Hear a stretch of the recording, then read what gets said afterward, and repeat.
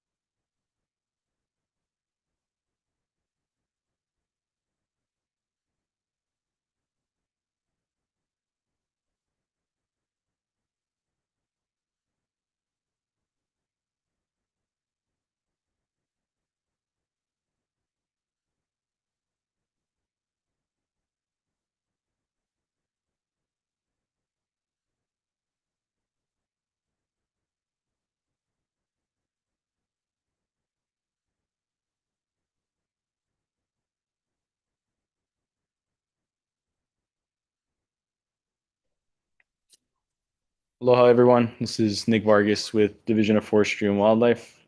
We'll be starting our meeting soon. We're just still waiting on a couple of our commissioners to log in. Th- Thank you.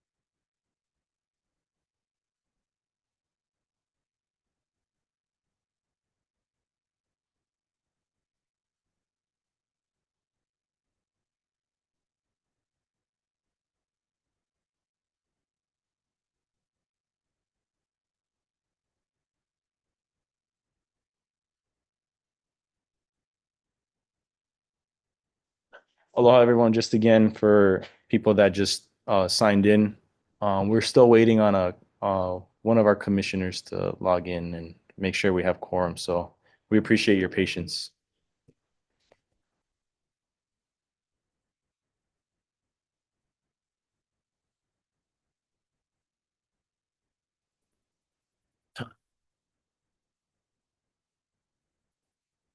Hey, Tayson, can you hear me? Okay. Yeah.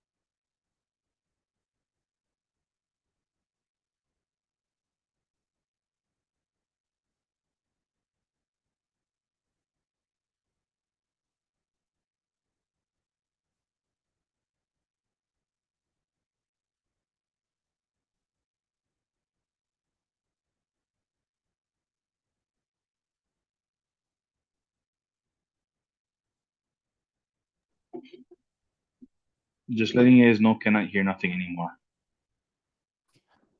Thank you, Tyson. We have our thing off right now. We're just waiting for one more member, so we have quorum. So, thanks for your patience, guys. Yeah, all right.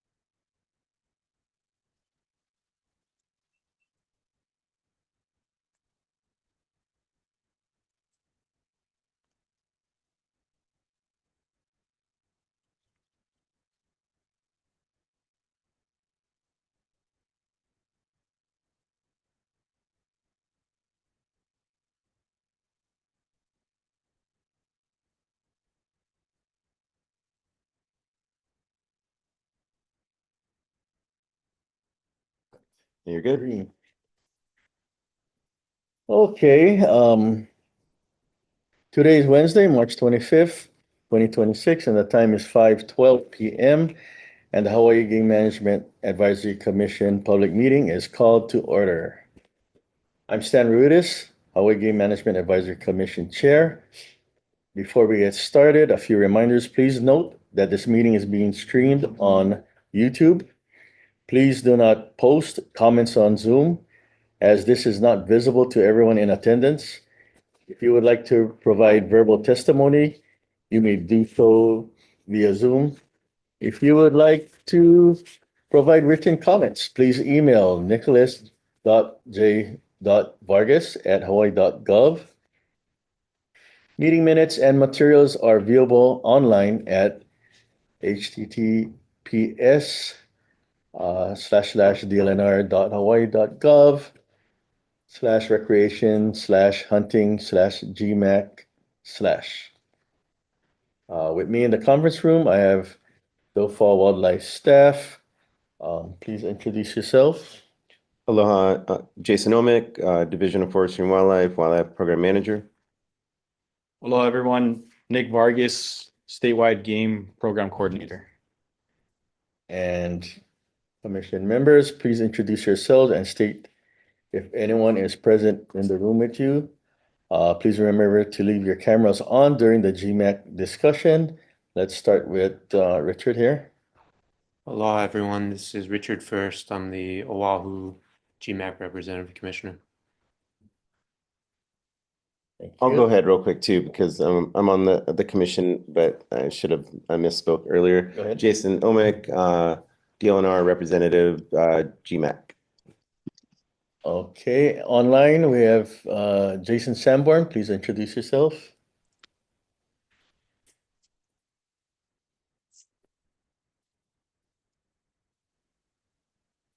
Is he on mute? Oh, it shouldn't be. No. Jason. I think we lost him. He's right there. Oh, there he is. Down the bottom, yellow. But it's frozen. Okay, we'll skip Jason for now. Elroy Molina, Hi, Yes. this is Elroy Molina representing the island of Molokai. okay. Elroy, do you have a picture? Can you put your video? I'm trying to look where to click on it, but the last time I had it, this time I don't. On the bottom left-hand side of your screen, there should be an audio and then a video button there. And if there's a line going through, a red line going through, you can click on the video and Oh, There you there you go. How's it? Okay, we good.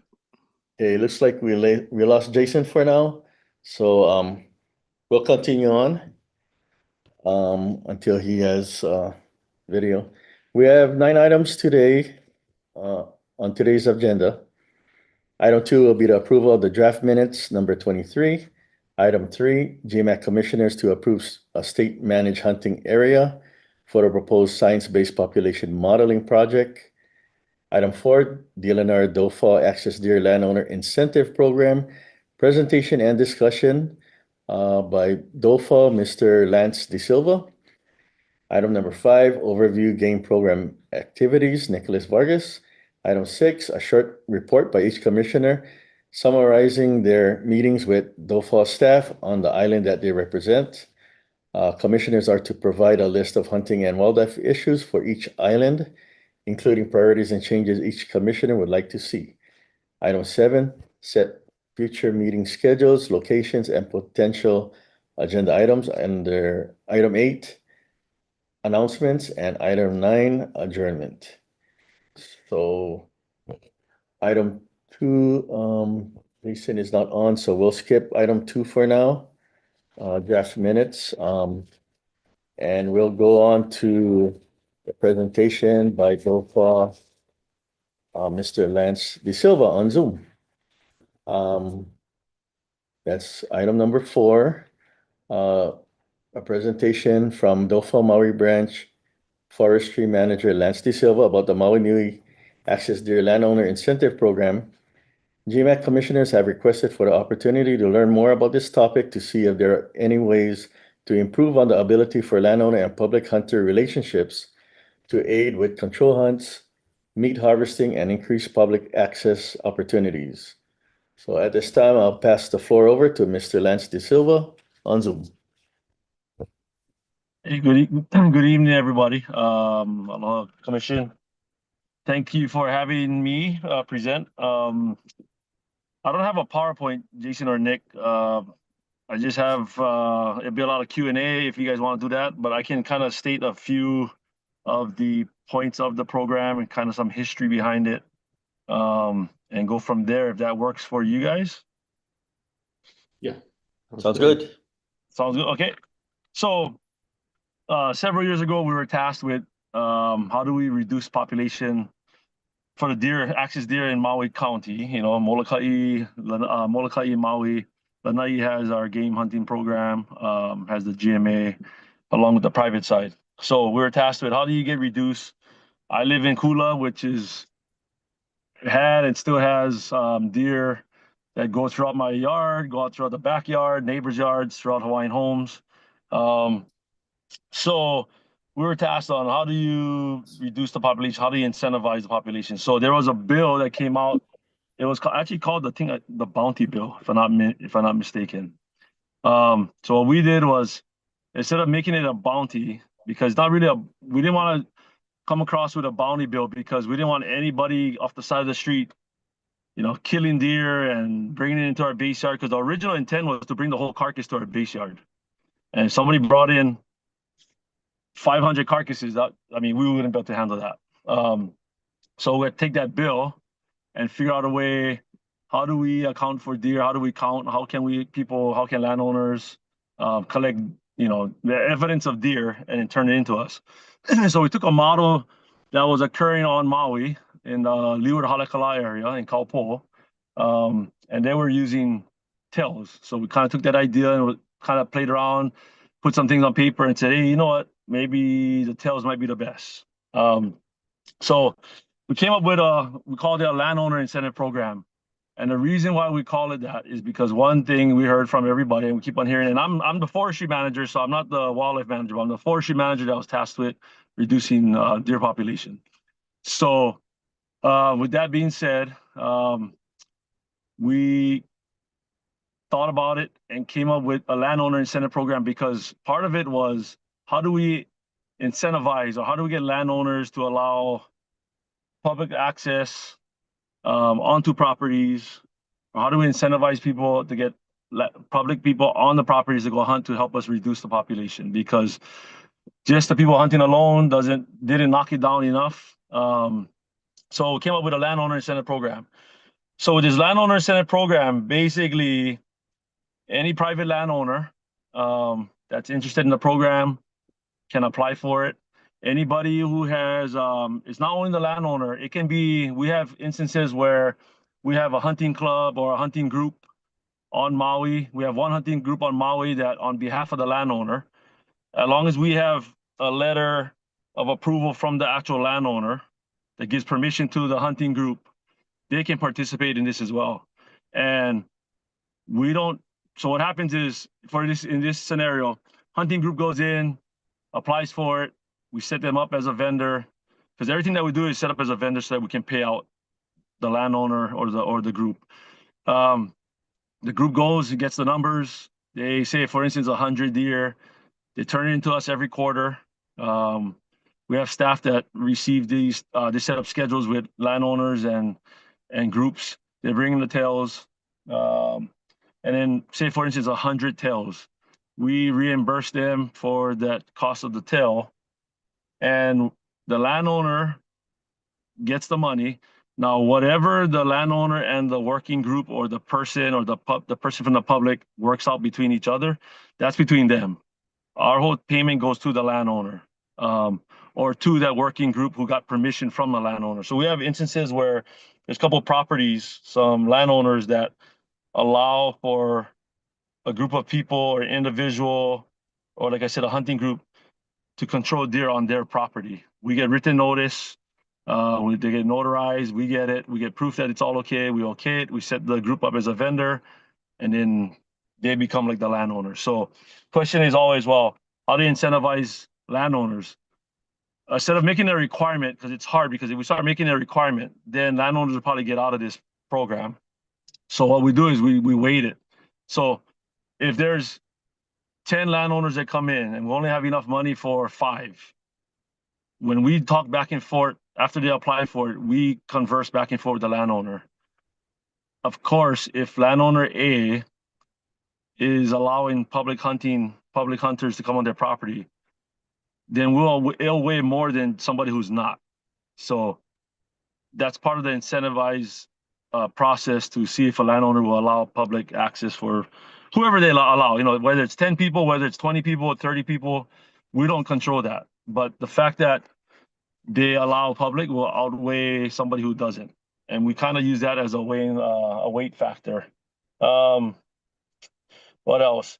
So both sexes of deer qualify for payment. The other question was that we always face is or asked is, how do you come up with $50 per deer? Well, if we did it ourselves through aerial control or through staff hunt, it'll probably cost about $50 a deer. That's kind of, it's a real rough estimate, but $40 to $50 a deer. So we kind of use that as a number. As I said, both sexes of deer qualify for the payment. All hunting of the deer has to apply applicable hunting laws of Chapter 123.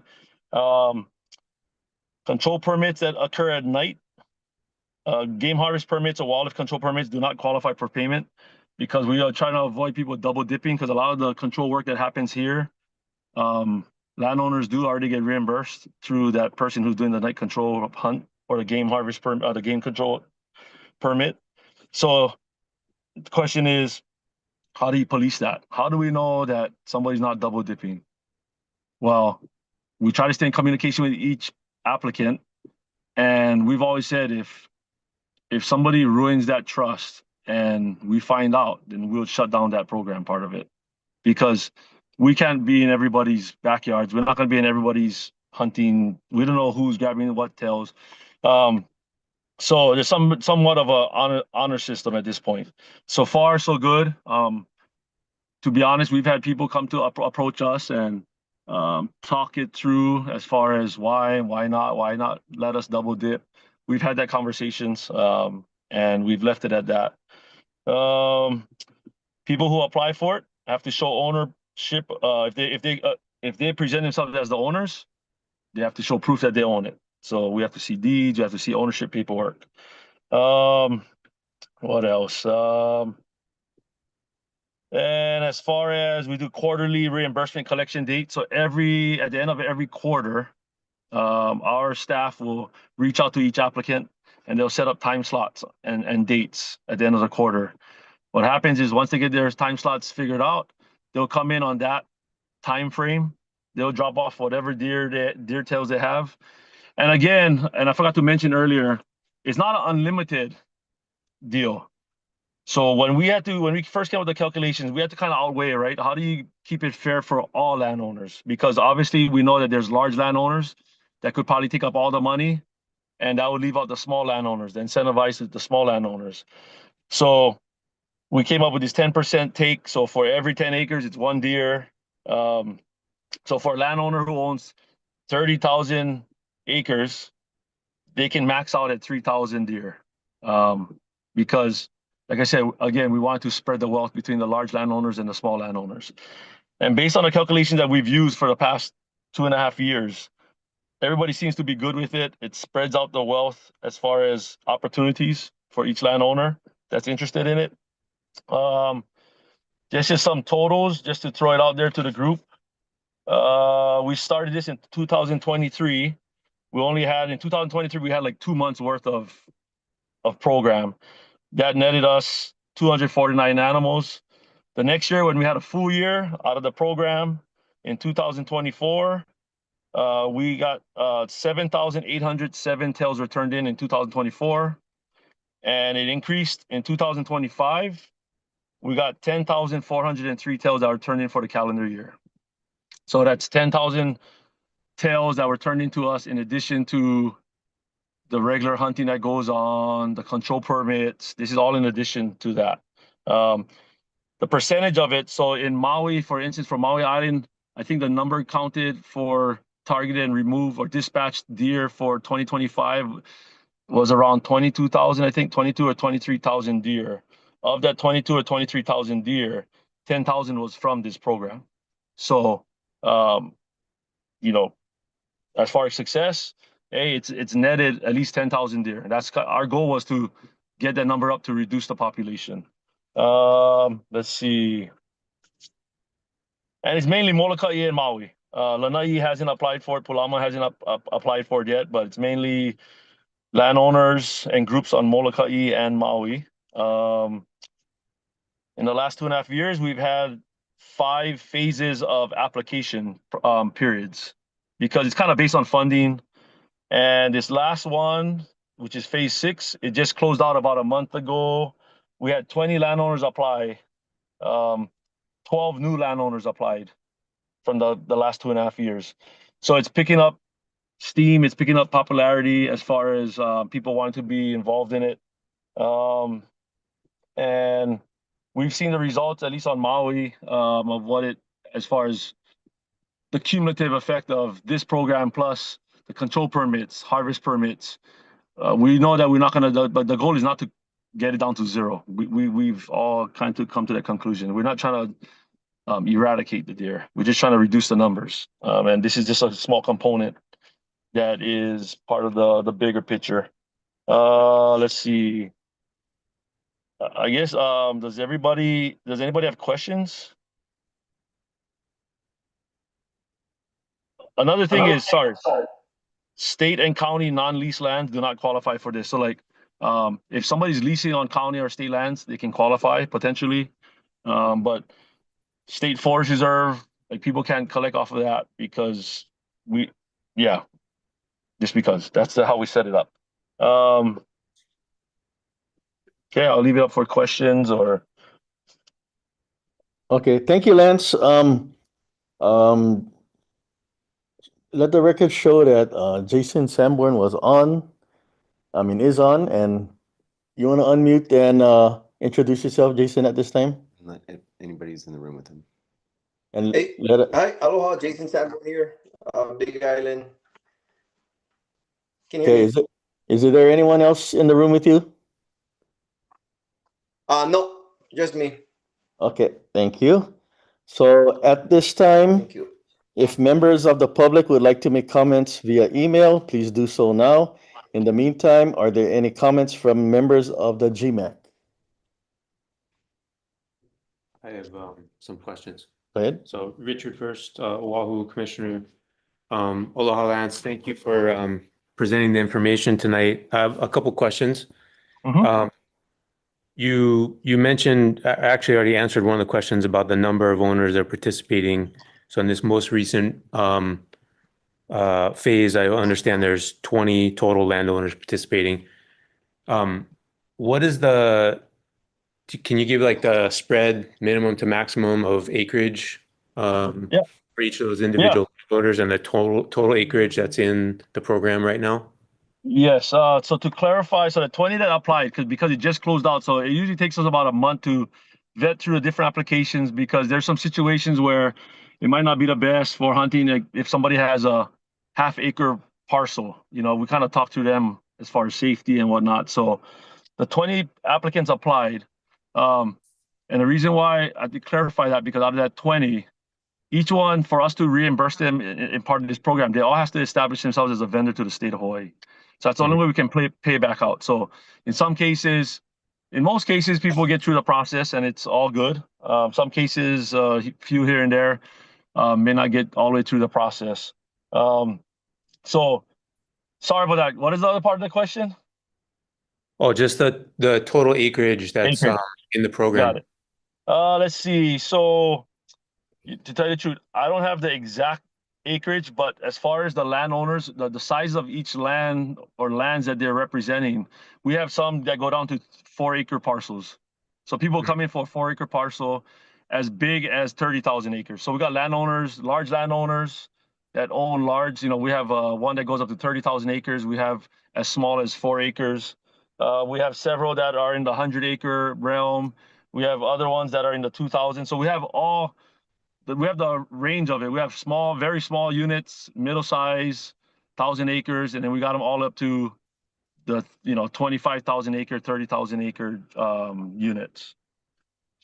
Okay, perfect. So there isn't a minimum per se. No. It's just like safety factor and what. Yes. Okay. Because somebody might live in the middle of nowhere on Maui or Molokai that has 5 acres that might not be close to anything. Right. As opposed to somebody who's living right in the middle of Omapio in Maui in the ag department area. Okay. And then of the total, you mentioned earlier that the landowner participants who allow public access are kind of weighted more in favor.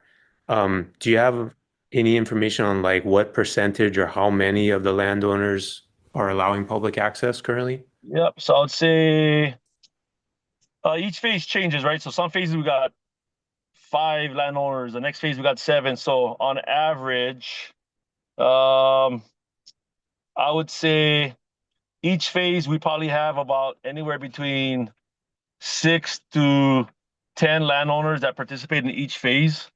Mhm. Of those 6 to 10, I would say probably a third that I know of that allow other people besides the landowner themselves, that allow other people to hunt on their property. The other ones, I don't want to speak on their behalf, but the other ones, the larger landowners, I know it's more than just the people who own the property that hunt in that place. Whether it's a hunting club, whether it's a group that they know, but it is other public members. Mhm. Okay. Thank you. Thank you for that information. Okay, Commissioner Sanborn, do you have any questions for Mr. De Silva? No, I don't at this time. Thank you. Thank you. And then I'll put it out there. So anybody who's interested in having questions and we're as transparent as can be. So if anybody, and I've mentioned this to Nick before, if anybody has any questions regarding the program from any island, if you just want to inquire about some questions about it, they can feel free. Nick can give them the main line and they can always ask for me and I'll share whatever we have information that we have, I'll share it. Because like I said, we want to be as transparent. You know, we're not favoring any landowner versus another landowner. Our goal is to kind of just we just really want to reduce the numbers, and this is just a small component of the bigger picture with the trap program. We loan out traps to the public for free. We don't charge. So that's just another component. So if anybody has questions, I'm more than willing and more than willing to take calls whenever and anytime, any date. Okay, thank you, Lance. Commissioner Molina, do you have any comments or questions for Lance? No, not at this time, but thank you for that, Lance. Okay, thank you. Jason? I just have one question, Lance. I should know this, but you know, a lot of this, there's a lot of effort that goes into running a program like this, and I was just wondering, you have staff that work for DOFA or that help you with this, and what's the size of your staff that helps just with like this access to your program right now? So just with the Access Deer program between the county, between the 3 islands, we have, including myself, we have 3 others, so we have 4 total. So I have 2 specialists and 1 tech. One's on Molokai, 2 is on Maui, and they help me meet with the applicants to take in the deer tails. They're the ones when there's a interested landowner in a trap. We have these traps that we loan out. We have about 19 traps in the county that if a landowner calls us, we loan it out. These are the same staff that go out and set it up, show the landowner how to use it, you know, take any calls, take any troubleshooting calls. So we have 4 of us total, 3 dedicated just to deer mitigation type work. Awesome. Yeah. So I mean, looking at those numbers, it seems like every year it's getting Yes. better and better, and more people are getting involved in it. And I guess the only thing I've heard in the past is like, why can't more public people be involved in? And it seems like public hunters and stuff. And it seems like the private landowners are more moving in that direction and some sort, and allowing more people to come onto the property and do control work with them. And so. Yeah. And it takes a relationship. So I know like there's a big landowner here that has a working, like I said, there is a hunting group that had approached them and said, hey, we can do this kind of control work on your egg fields, and can we participate in this? And then they worked it out between, and it's a big group. And the landowner wrote a letter to us saying they're all approval of the work that they're gonna do, and it's been working out so far so good. And like I said, there's a few landowners that have done that with members of the public. So whether it's a group or individual. Yeah. Well, good stuff. Keep it going. Good. Yeah, I mean, Okay. I'm encouraged by it. We thought we'd never pull it off, but we're encouraged by the participation. And the other thing is, we make it a point to say it's not a mandatory program, because in the beginning everybody asked us like, oh, you guys are forcing people to do this. We're not. It's a total voluntary program. It's whoever applies to us, inquiries with us. We don't We're not forcing it on anybody. It's just a program that's there as another component to trying to get the population down. And one last thing, could you just maybe touch upon how you advertise for this? So people here today can kind of spread the word. So when we move into FY27, maybe we get more applicants and more assistance. Yes. Yep. So what we'll do is, I know we work with the DLNR comms. We'll put out a press release. It goes out as a press release with the information on how to apply for it, who to send the application into. We'll also put it on our DLNR website, I believe, and our social media page, I believe. It goes out. So, and thanks to you guys for helping us out with that. Awesome. Yeah, I think in the future, we can also maybe put in a little announcement in a GMAC meeting if we have one, just to kind of let people know that that's out there and they can apply. So yeah, I thank mean, more the merrier. I mean, if we had more people, it's great. We got a lot of good feedback because throughout the process, we stay in communication with a lot of the applicants. Hey, how's it going? Are you going to meet your number? And we treat it just like how you see it on TV, like gator tags, right? So one question, and I'll just add this, the last part. One question came up to us was, what if a landowner applies for 1,000 deer tails and doesn't fulfill it? So we treat it just like the gator tags, like in the mainland, right? So if they apply for 1,000, say 1,000 deer tails this year, and they're on the verge of only turning in, at the end of the year, they're only turning in 200 tails and they're not going to hit the 1,000. Then what we try to do is we try to work with the landowner because we try to re-encumber that money so that we can redistribute it out to more interested applicants. That's what opens up another phase. So we're always constantly working with the landowners. If we don't think they're going to close in on their target, we try to unencumber their money and give an opportunity for other landowners who have already hit their target to incentivize them to do more, or we open up another phase for more landowners. At the same time, what is the penalty? Well, the next year when that same landowner comes in and applies for 1,000, we're telling, no, you only did 200 last year. This is what you're going to get this year. So we try to regulate. There's some self-regulation that we try to do, incentivize them to, hey, if you're going to put in for 1,000 tails, you better turn in 1,000 tails. Awesome. Good. Yep. Okay. My turn now, Lance. Yep. So this is Stan. So first question is, how is this program funded? How much do you have per year or per fiscal year? And how is the longevity plan for this program, looking? Yeah, so we have as of right now, through legislation, we have a recurring fund. It started high because this is just a part of a bigger project, right? So we have regional fencing that we put up that kind of helps the regional control work, where we kind of stop the migration between certain areas. So the part that it comes down to this particular part for this program, we usually set a set amount. So for instance, we'll set aside $500,000 to $600,000 on the side every year, just for this program as part of the deer control program, deer reduction program. So we have funding that can get us through each year, and based on that amount, we have a figure of how much deer we can pay out throughout the year, and that's how we do it. So it's funded yearly. So the Unless somebody funding, takes it away, but it's in a budget, a the recurring funding budget. comes from the DOFA budget or from legislation that turns it over Legislation, to yeah, DOFA? it was legislation that was put into our budget. Yeah, so it's in Okay. our budget now. And do you guys track if all the participants have hunting licenses? Track if you're hunting license. So we'll ask, like, so when they turn the application, we'll say, hey, anybody that you guys have, it's like almost like the control permit. Anybody you guys have, do you guys have hunting license? Because obviously we want them to have the etiquette and whatnot. So we try our best to follow up with each landowner. Okay. Yeah, that's it for me. Does any other commissioners have any questions? Okay, if not, at this time, I'll open the floor up for public testimony. Is there anyone in the room wishing to testify, sir?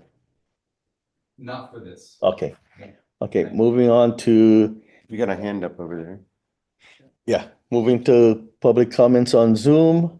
I see, Tayson, please unmute yourself and introduce yourself. You guys can hear me? Good. Just checking Yes. for the headphones. Okay. How's it? My name is Tayson Wong Song. I am your Big Island Game Management Advisory Commissioner Chair for the county side, but I'm not here today as that. I'm just here as a public, testimony. Um, do I need to touch base only on this, or may I make a few points if possible, or have questions? Try to stick to the subject for now. Okay. We can do other things later. Okay, sounds good. So, Yeah. quick question for Lance. Is this incentive program, any of them done in critical habitat areas? No, not at the moment. No, because each landowner, yeah, so far that I know of, no. Yeah. Okay. I guess for anybody, this could be I was just listening to this program. It sounds like pretty interesting to me, to where like I'm gonna get to this. My thing is always Mauna Kea, yeah, for the Big Island. I like the fact that the number is not zero that you guys is portraying. I know for the fact of the sheep, I'm gonna coexist with this situation for Mauna Kea. It is court order to where because it's critical habitat. But what I'm trying to say is, because I've been trying to get to this question answered for all this time that I've been trying to be not only commissioner but a public in the past. To where, do you guys think a program like this for the public hunters and not just contracted permits or whatever, something could be implemented and brought up to the federal government, to where like involving the critical habitat for sheep, instead of having our numbers zero on Mauna Kea, can a program like this be implemented to where it can coexist in a Palila? Because my understanding is, yes, we got some numbers on Palila. I did get a count as well. Josh had brought up on it too. There is a little rise in it, but I still believe that sheep can coexist in a Palila habitat. As a hands-on hunter, I've seen this mountain. Yes, obviously in certain fenced-off areas, you're gonna see the progression with no animals there. That's the obvious. But what I'm trying to say is, what I like for the first time I've heard in a long time. The number is not zero you guys shooting for with this deer. So I'm wondering if there's a program like this can be coexisted with Mauna Kea sheep, and how could we implement the program like that? Because I'm gonna be honest, for my term, that's like my biggest push, is this Mauna Kea thing. It's been dealt with for the 70s. I'm still trying to like figure this out, to where you guys probably heard this a million times by now. But like, I want to see a lifetime change. You know what I mean? For my island. And to where I don't know who I could turn to into possibly helping me out or our island out, to where we could have a program like this set up for the Big Island, into amending that change. Because the 70s to now on Mauna Kea, the numbers is big difference in a decline. So how can we have a program like this, if that's a big question to ask? Hey, Tyson, Jason Omick, DLNR. Maybe I can answer or address your comment. Although we're talking about Maui and access deer. Yeah. So the access deer is for private landowners that own property. Yeah, Mauna understand. Kea is forest reserve.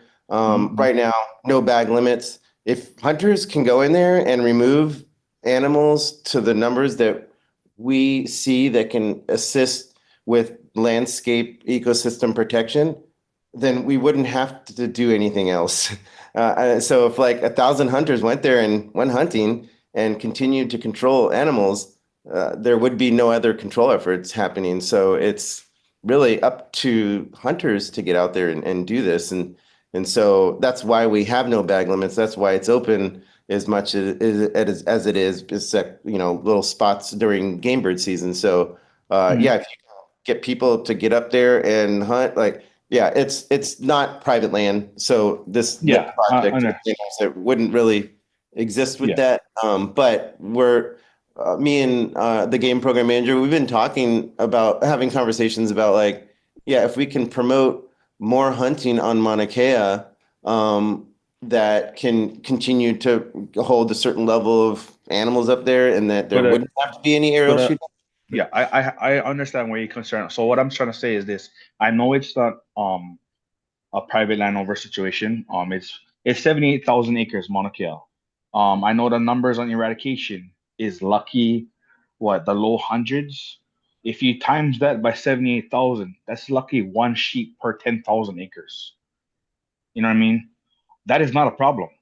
I raise sheep myself. You know what I mean? Like one cattle is an acre. A sheep can't even touch that. So like, I understand you're saying that if we can get more hunters to like pretty much bring the numbers down. What is the number? Because all I hear is zero. You know what I mean? Like 100 something per 78,000 acres, that is not a problem. DHHL has a problem.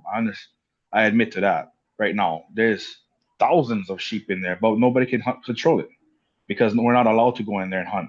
But when you go to the game management area, Mauna Kea, I walked that mountain so many times in my lifetime, yeah.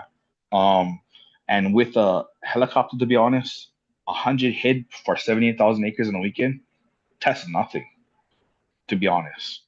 You know what I mean? Yeah, That's really nothing. That's been happening for years. So Yeah. Maybe we can. So what I'm trying to say is like, I know it's not deer. I mean, in Maui, but how can you folks help us amend that 1970s court order act? Because right now, 100 sheep averaging per 78,000 acres is no longer a problem. I'm gonna be honest with that. You know what I mean? Yeah, I hear what you're saying, and we see Romani regrowth. We see a tiny uptick in Palila. We see some of our predator control that we're doing up there really helping with reducing predators, and so I think it's something as we continue forward that maybe we can kind of show that this certain number of animals on the mountain are not totally related to the decline in Palila. And this is, we do a court report every year that kind of discusses all this, and we submit it to the government, the federal government. And I think, maybe a letter or something that we can get into the department that can talk to our attorney general to communicate to the federal government about kind of what's happening over the years and where this is going and the small number of animals on the mountain. But yeah, kind of right now, our hands are kind of tied with, trying to go to zero. But we've been trying to go to zero for how long? 20 years, right? Or longer. Oh, longer. From 1978, if I'm not mistaken. We've been trying to do zero. It's 2026.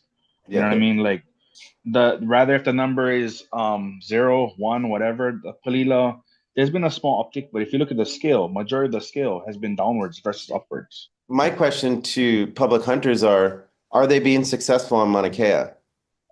Oh yeah, there's guys that still take. I mean, even when I do the handful of times I do it, that I get an opportunity, we still get sheep up there.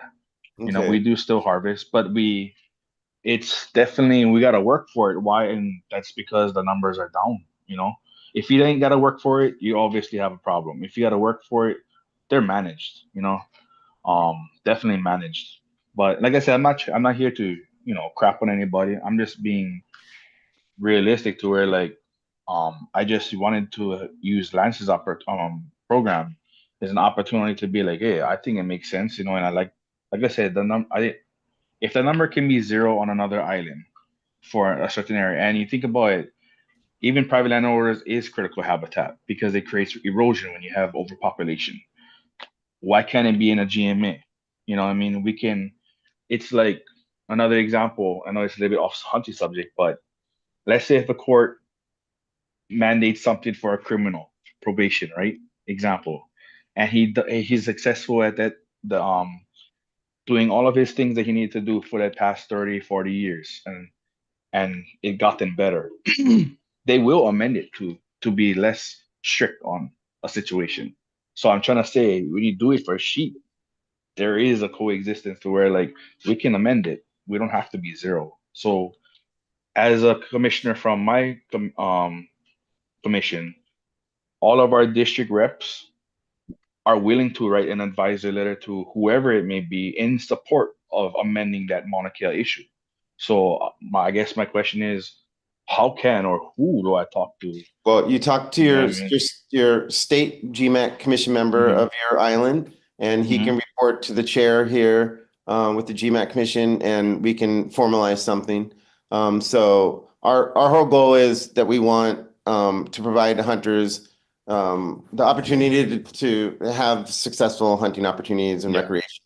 And so however we can do that and being transparent at the same time. And so we ask that the publics, communicate with their island GMAT Commission member, and they can bring it back to the commission. We can kind of formulate how we can go forward with something like that. And Jason, I just want to leave this on one note. That's why I understand we're going through the steps with the GMAT commissioner, but this is year 2 as me as a commissioner for the county side. I'm 39 years old. I've been testifying since I was 8 years old with my dad, and we're still talking about this issue. So who do I see? You know what I mean? Versus a state GMAC rep or even myself. I've talked to guys even before your time. My grandpa used to testify, and he passed away 2 years ago. He testified on this from the 70s. So I'm at the point like, I don't want to go in my lifetime and die and my kids be stuck with the same issue. You know what I mean? Like, we need some moves and changes made for sure. Yeah, the commission here advises the board and the chair. And so that's really the direction you want to try to go to get that voice out there for this particular. And again, like I said, I'm not here to make enemies. I'm just here to be like, hey, I understand this is an advisory commission. I only can speak for the county side, but I know Jason as well, Big Island, and I can tell you this much: every hunter on Big Island that I speak to, they'll tell you the same thing. 0 is not the answer for the sheep of Mauna Kea. Sure. So just wanted to make that in a minute. Tyson. Yep. Hold on. Yeah. We're gonna take comments from the other commissioners. So How's it tasting? This is Richard, first Oahu Commissioner. We do have another agenda item. We're supposed to discuss talking about a state managed hunting area for proposed science-based population modeling project. So I think one of the main differences that we identified early on in the discussion is the difference between the program on Maui and what's on the Big Island is that the population management goal is not 0. On Maui, they do have already they have this scenario where they're looking at a manageable number besides 0. And I think that's the key difference on what you guys, as you already pointed out, we need to first and foremost identify what that number is. That's a reasonable carrying capacity for the landscape that doesn't harm native endemic species that we want to preserve. This may be an opportunity, and I'm just thinking off the top of my head here, but maybe an opportunity to kind of get a science-backed answer that we can really then approach state and federal powers that be and make a recommendation based on this study that's been done. Here's a different number besides 0. And I think that might be an avenue to try and move this forward. And then another thing. Yeah, and then I just want to let you guys know too, and so that I'm not just sounding like I'm barking out, on my behind with this stuff. I know Josh Panching as well, and I did, off for the record, I'm not just a hunter fisher gatherer, but I did go to school for environmental science and biology, forestry and wildlife as well at the University of Hawaii Hilo. So I do have some background education on that as well, and I strongly still say 0 is not the answer. That's all I wanted to say. Anything else? Actually, I had kind of one more question or comment actually for Lance. In regards, how's it, Lance? This is Richard again, Oahu Commissioner. In regards to the program, I know you mentioned earlier that, you folks don't want to necessarily force landowners to participate with having public access that might be off-putting. And I do understand that you're looking for, kind of progression on the overall goal, not necessarily maximizing public participation. From the position that we're sitting in, my goal is maximizing public participation. And so I can agree and understand why you wouldn't want to necessarily force that. But is there anything else that we could do to help sort of put the two sides together, where if landowners do come and say, hey, we'd like to participate, that we can get public groups, a list of contacts together, people who, have already formed a group of hunters that might want to participate in the program, and just try to put them together and encourage that participation a little more? I appreciate that. But as the program picks up steam, as each phase goes on, we've been having more conversations like that because one group will find out that the other group did it, and then they'll go ask their friends that have property. They'll ask other people who have land. So as far as the word, I think it's organically building up where we're not forcing it down anybody's throat, but at the same time, they're inquisitive. They're asking, how can we're getting more questions about how can we, not the landowners so much, but for groups that are coming to us and asking us, hey, how do we approach a certain way? So we'll talk to the group and be like, hey, why not go ask, you know, so and so, and see if they'll even get on the books to talk to you guys. Because again, like I've talked to people in the past, and you try to force it down, like, hey, you got to do this, you got to do that, and then it's like the opposite effect. So we took this other approach on, like, saying, okay, let it happen organically, and as more people get comfortable with the program, because when we first started this 2 years ago, I had people tell me, like, you're nuts, like, there's no way the state's going to pay out people to do this, there's no way you're going to get people to even jump on this program. And the first year, like I said, it was like the first phase was 3 people, the next phase I think it was like 5 people, and then once people start to find out from them firsthand that, hey, the state's actually for real, like, we're actually paying them out, this is not BS, they start to pick up. And each landowner, and like I said, the more this goes on, the more landowners are taking part of this program. And like I said, this last one was 20. That was the most we ever had in one phase of interested. And to connect that with land, like to the public, I know a lot of them are it's not just the owner hunting. There's more than just the owner hunting, So whether, like I said, whether it's 5 more people, 20 more people, we can't really regulate or push upon them, like, hey, you got to allow 100 people on your property. Because I said, once you do that, then you kind of turn it off. And right now we got momentum with landowners. And I think the more we let it organically happen, the more it's going to pick up steam. And at some point, I think we'll be at a good place. I mean, just from the last 2.5 years, there's more interest and there's more people inquiring about how to get involved. And hopefully that kind of answered your question. But anytime that we find a need where GMAC could really help us out, then yeah, I would reach out to Jason and Nick and be like, hey, Nick or Jason, it would be good if you guys could do this, this, and this. But like right now, I think organically, I think it's been going better than we thought. It's not the 100% solution to everything, but it's getting there. So hopefully that answered part of your question. Yeah, it did. It did. Thank you. If there's anything that we can do as a GMAC to help facilitate, bring names of groups or people who are organizing, to do this type of thing and want to participate, if we can forward that contact information to you, and you can have a list available, for landowners that are interested but maybe don't have. Obviously, I'm imagining that the harvest number potential, increasing the payoff potential for landowners is a lucrative thing, right? So maybe they might be motivated to have more people or better groups, allowed on their property, if we can help facilitate that. Yeah, no, 100%. And we've seen landowners who have gotten payments from this program turn it back into the program where they can buy more bullets for when they have some of their members come back in to hunt on their property, or put it back into a facility where now they can field dress under a shaded area rather than trying to field dress out in the field. So they've used these proceeds to put up fences. They've used proceeds to put it back into their deer control program, which is kind of the ultimate for us. The intention was if they get paid, hopefully they put it back into their program, into deer control, to even do more. And again, harping on the point that our goal is not 0 for the deer population, but what we're trying to do now is we got to this point where the bulk of the numbers have been like really reduced. Now we're trying to get these individual landowners to smaller areas where we got to work even harder to try and get these numbers down.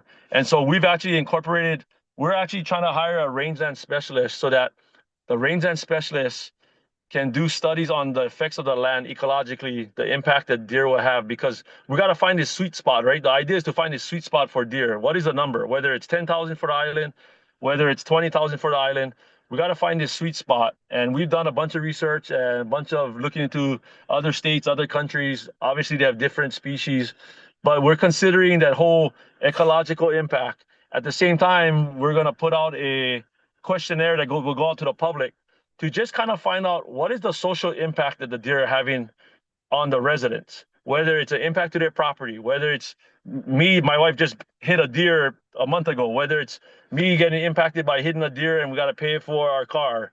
So, because what we're trying to do is we're trying to tie in both the ecological part of it and the social aspect of it, because when you get to that sweet spot, that number, whether it's 15,000 for the island, it's all spatially, it matters on spatial matter, right? Because if all 15,000 were all situated in Kahului, obviously the social impact would be nuts. The safety impact would be observed. So this way, we're trying to do both. We're trying to do the ecological impact plus the social impact, and see for each region, we kind of broke up the island into regions. And for each region, we're trying to see, okay, based on what our survey got out, and there's 5,000 deer in this part of Maui. Now, what is the social impacts? Are the residents noticing that they're having a harder time driving, or is it easier? Less impact on their ag crops, less impact on their yards. And if we know how much deer are in a certain area and the impact to the community in a particular area is not bad at all, then maybe that's the number we go with for that particular area based on the ecological impacts as well. Now, if a community tells us, hey, we know that there's 1,000 deer in one particular area, and we get back this feedback, and the community is telling us, man, we're hitting deer every week and it's damaging our crops, it's costing us money.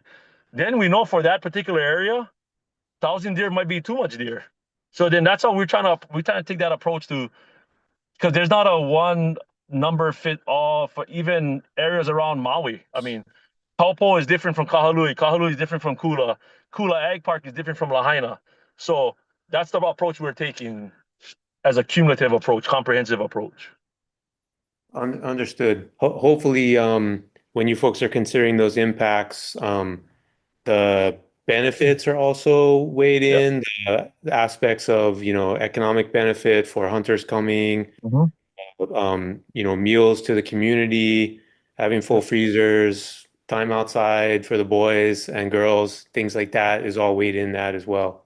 I'm an advocate for hunting as well. So I'm a forestry guy, but I'm an advocate. I grew up, I live in a community that everybody hunts in Kula. I grew up on Oahu where people do the same, and I'm all for it.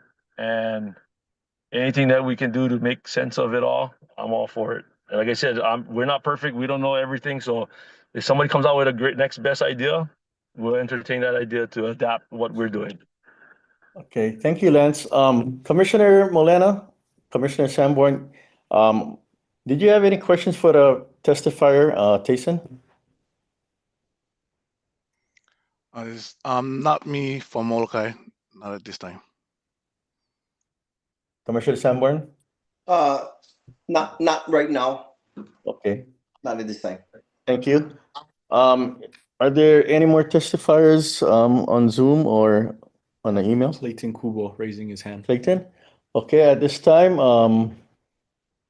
Clayton Kubo, please unmute yourself and there you go. Clayton Kubo, Waimea, Kauai. So, Lance, what if the community says, "Hey, these guys are killing too much now"? What gonna happen if community members say that? Just like just like what is going on Lanai, it's like the numbers are way down on Lanai. So that's the one thing that kind of dear to me. I don't like see people grumbling like, oh wow, now we cannot even get food now. Because I tell you what, going through 2 hurricanes on Kauai, you gotta do what you gotta do. The bus not gonna come. The airplane not gonna come when a disaster hits.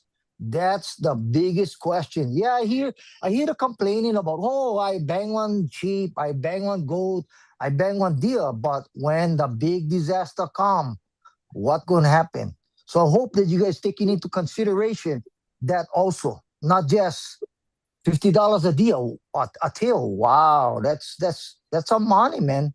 That's some cha-ching. Yeah, no, that's why I mentioned earlier, right? That's why we're trying to find out from the public. We want to do this survey where hey, we got to get feedback from the community to say how is it impacting you? You know, even to hunting, like, hey, I see too many deer. I don't see enough deer. I lose opportunity. We're trying to get all that feedback just for the deer program. Now we're not talking about the whole ungulate program as far as game program. We're just talking about the deer program that we face with in Maui and Molokai and Lanai. So we do take that into consideration. Like I said, the goal for us is not to get to zero for the whole island or the county because we know we cannot. Thank you, Lance. Any Yeah, so questions for the testifier? Lance, what is the number then? That's what we're trying Or to figure out. Jason, So or Jason, yeah, so that's what we're give trying to me the figure out number. right now. I would like to really know what is the number, so at least I can let some of my friends on those islands know that hey, this is the number that they might try and hit. Yeah. Because And if again, let me reiterate, Lanai is pretty bad from what I've been hearing. Yeah. If they get questions, like I said, I'm open door policy. If any of them get questioned about the deer population, you can feel free to give them my number. They can, if they're from Maui, they're Molokai, they can call my number. We answer calls all the time. Because that number, like you're saying, that number we look on after, that's what we're trying to figure out, right? Everybody's trying to collectively trying to find that number, that sweet spot of what that number really is for a place like Maui. And it's all, like I say, it's all spatially referenced because having 10,000 in Kahalui is different than having 10,000 spread out throughout the island. So it really matters on where these deer are, knowing where we got the deer and knowing the impacts that's having on each community. Thank you, Lance. Any questions for the testifier by any commissioner or Jason? No, I don't know. I was just thinking, we do all these projects where we use LiDAR to look at forest canopy and all these things. And, I don't want to go back to Mauna Kea, but, there could be some sort of project where we're looking at regeneration and maybe that can trigger, some sort of conversation about the mountain. And, so peer-reviewed scientific data that can show that, these animals are not creating this problem anymore, and like anywhere you remove a certain number of animals, it just so happens, the environment bounces back. But it just so happens on Mauna Kea that, it's the Mamani that people are worried about. And so doing some sort of mapping LiDAR, drone type of research project where you can kind of map what's going on across the island. So we have some data. This is something that would have to go on for long term. And I think it's, something reasonable to look at. So. And Jason, there are some landowners on Maui that have done studies like that. Not written papers, but they've done real life on the ground, side by side, reduction of population, not down to zero, but a certain number that they got it down to per acre. And you can see the difference between what has come back versus what hasn't come back next to it. And that's the whole thing of why we're trying to get a rangeland specialist for us, for my staff, is to do these studies so that we can put some kind of data on top of what we're doing or what we're trying to do. So there's examples. Innovative. It's great. Yeah. Okay, so I hear you guys are talking about data and peer reviews and all that kind of stuff. Okay, so I've been around this game for I don't know how long already. Especially the fishing side.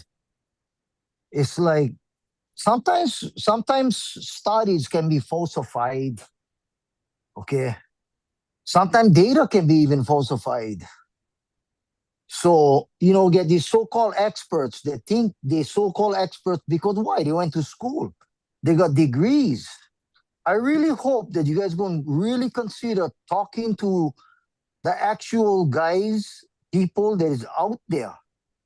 Because anybody can come from the mainland and come over here and say, oh, I'm the expert in this. Look what I did. It's from the mainland that we need over here people to do what is got to be done. And Jason, you know me. If I gotta press, I'm gonna continue pressing. But data, sometimes it can be so falsified that is unbelievable. Mahalo. So I'm gonna add one last thing to that, Jason, to against that comment. I don't know if you missed when I said we got local landowners that are doing their own data. They're not from the mainland. They're literally local ranchers. They're local landowners that tend for the land, that care for the land, that have done these studies. Yeah, and that's why I made the point to say these are not peer reviewed. So to kind of add to your point, these are not so-called experts from the mainland. These are local landowners who went ahead and did their own studies, did their own side-by-sides. And this is the kind of people we're talking to at the same time as we are talking to the experts, we're also talking to the locals that are doing their own data on their own real life management. So I'll put that out there. Thanks, Lance. Okay, Hey, Commissioner Lance, Molina? Lance, my comment wasn't toward you, Lance. I heard what Oh, you no. said. Yeah, no, I just saying Okay, that's I in heard our what you case. said. Yeah. But the situation is this: so much meetings I attend, this kind hunting, fishing, all kind. They're always going to bring out the so-called experts, and then in the end, they're not going to admit that they was wrong. That's the thing right now. And I'm going kind of little bit go off topic, but at the legislature, it seems like they don't even like listen to the so-called experts in the field. And that is what is bugging one guy like me and some others.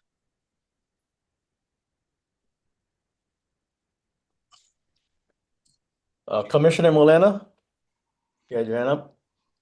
Yes, I just wanted to kind of just add to the Lance, Lance, the program itself for us over here on Molokai. Yes, I'm the commissioner for the island of Molokai, but I also am a member of the Molokai Hunting Club, and we are participants of that funding that you're talking about with Land Trust and with Molokai Ranch, and so far with all kind of. We just try to be there to help them dispatch whatever animals we can, and like Koya was saying, even us, we're looking at where's that number, but then we also collect data. So we've been going out and collecting the data on our own, and then we've been doing some of our own research and kind of making sure that the numbers kind of jive with the state. So basically, I just wanted to say that I'm part of that program, and it's good. I mean, I like it. It's giving us a tool to have some kind of gauge where we can figure things out. But yeah, it's always looking at those. We don't want eradication. That's the number one. It's zero. We don't like that. No, but we need to find out where's that comfortable where we'll be able to manage our game so be sustainable within our community. Yeah. So that's the goal. That again, I am here for that reason, to give a voice for our island as a commissioner, but also to follow along as far as advisory to DLNR and whatever way we can to bring that gap together. Yeah. So I just wanted to say, it's a good program, and thank you. you, Aaron. I like to say one last thing too before we end and change the subject, if you can, please. Wait, hold on. Do we have any other testifiers on email or Zoom? Nothing on email, Chair, and we only have Tayson with his hand. Okay. There you go. Okay, Tayson, you have the Yeah. floor. Yeah. Okay. Just one more thing too. I want to add on to. I know Omek was saying, not trying to jump to the Mauna Kea thing, but it's like I said, I'm trying to coexist it with the program. And another reason why, and I'm pretty sure you guys know this too by now, Mauna Kea big fire load. We do need the sheep up there for in regards to the fire load. The biggest dent in the population for the Palila, I can honestly say though, is when you have high fountain grass, that's a rodent and a cat problem. So I know you guys is doing, trapping and stuff like that, but I can guarantee you this much, that the rodent and the cat population is doing more damage and detrimental to the Palila than the sheep. So this is why I strongly always talking about the sheep, to where, like, number one, they're doing good. The sheep, when they piss in crap, that's fertilized, natural fertilizer to the ground.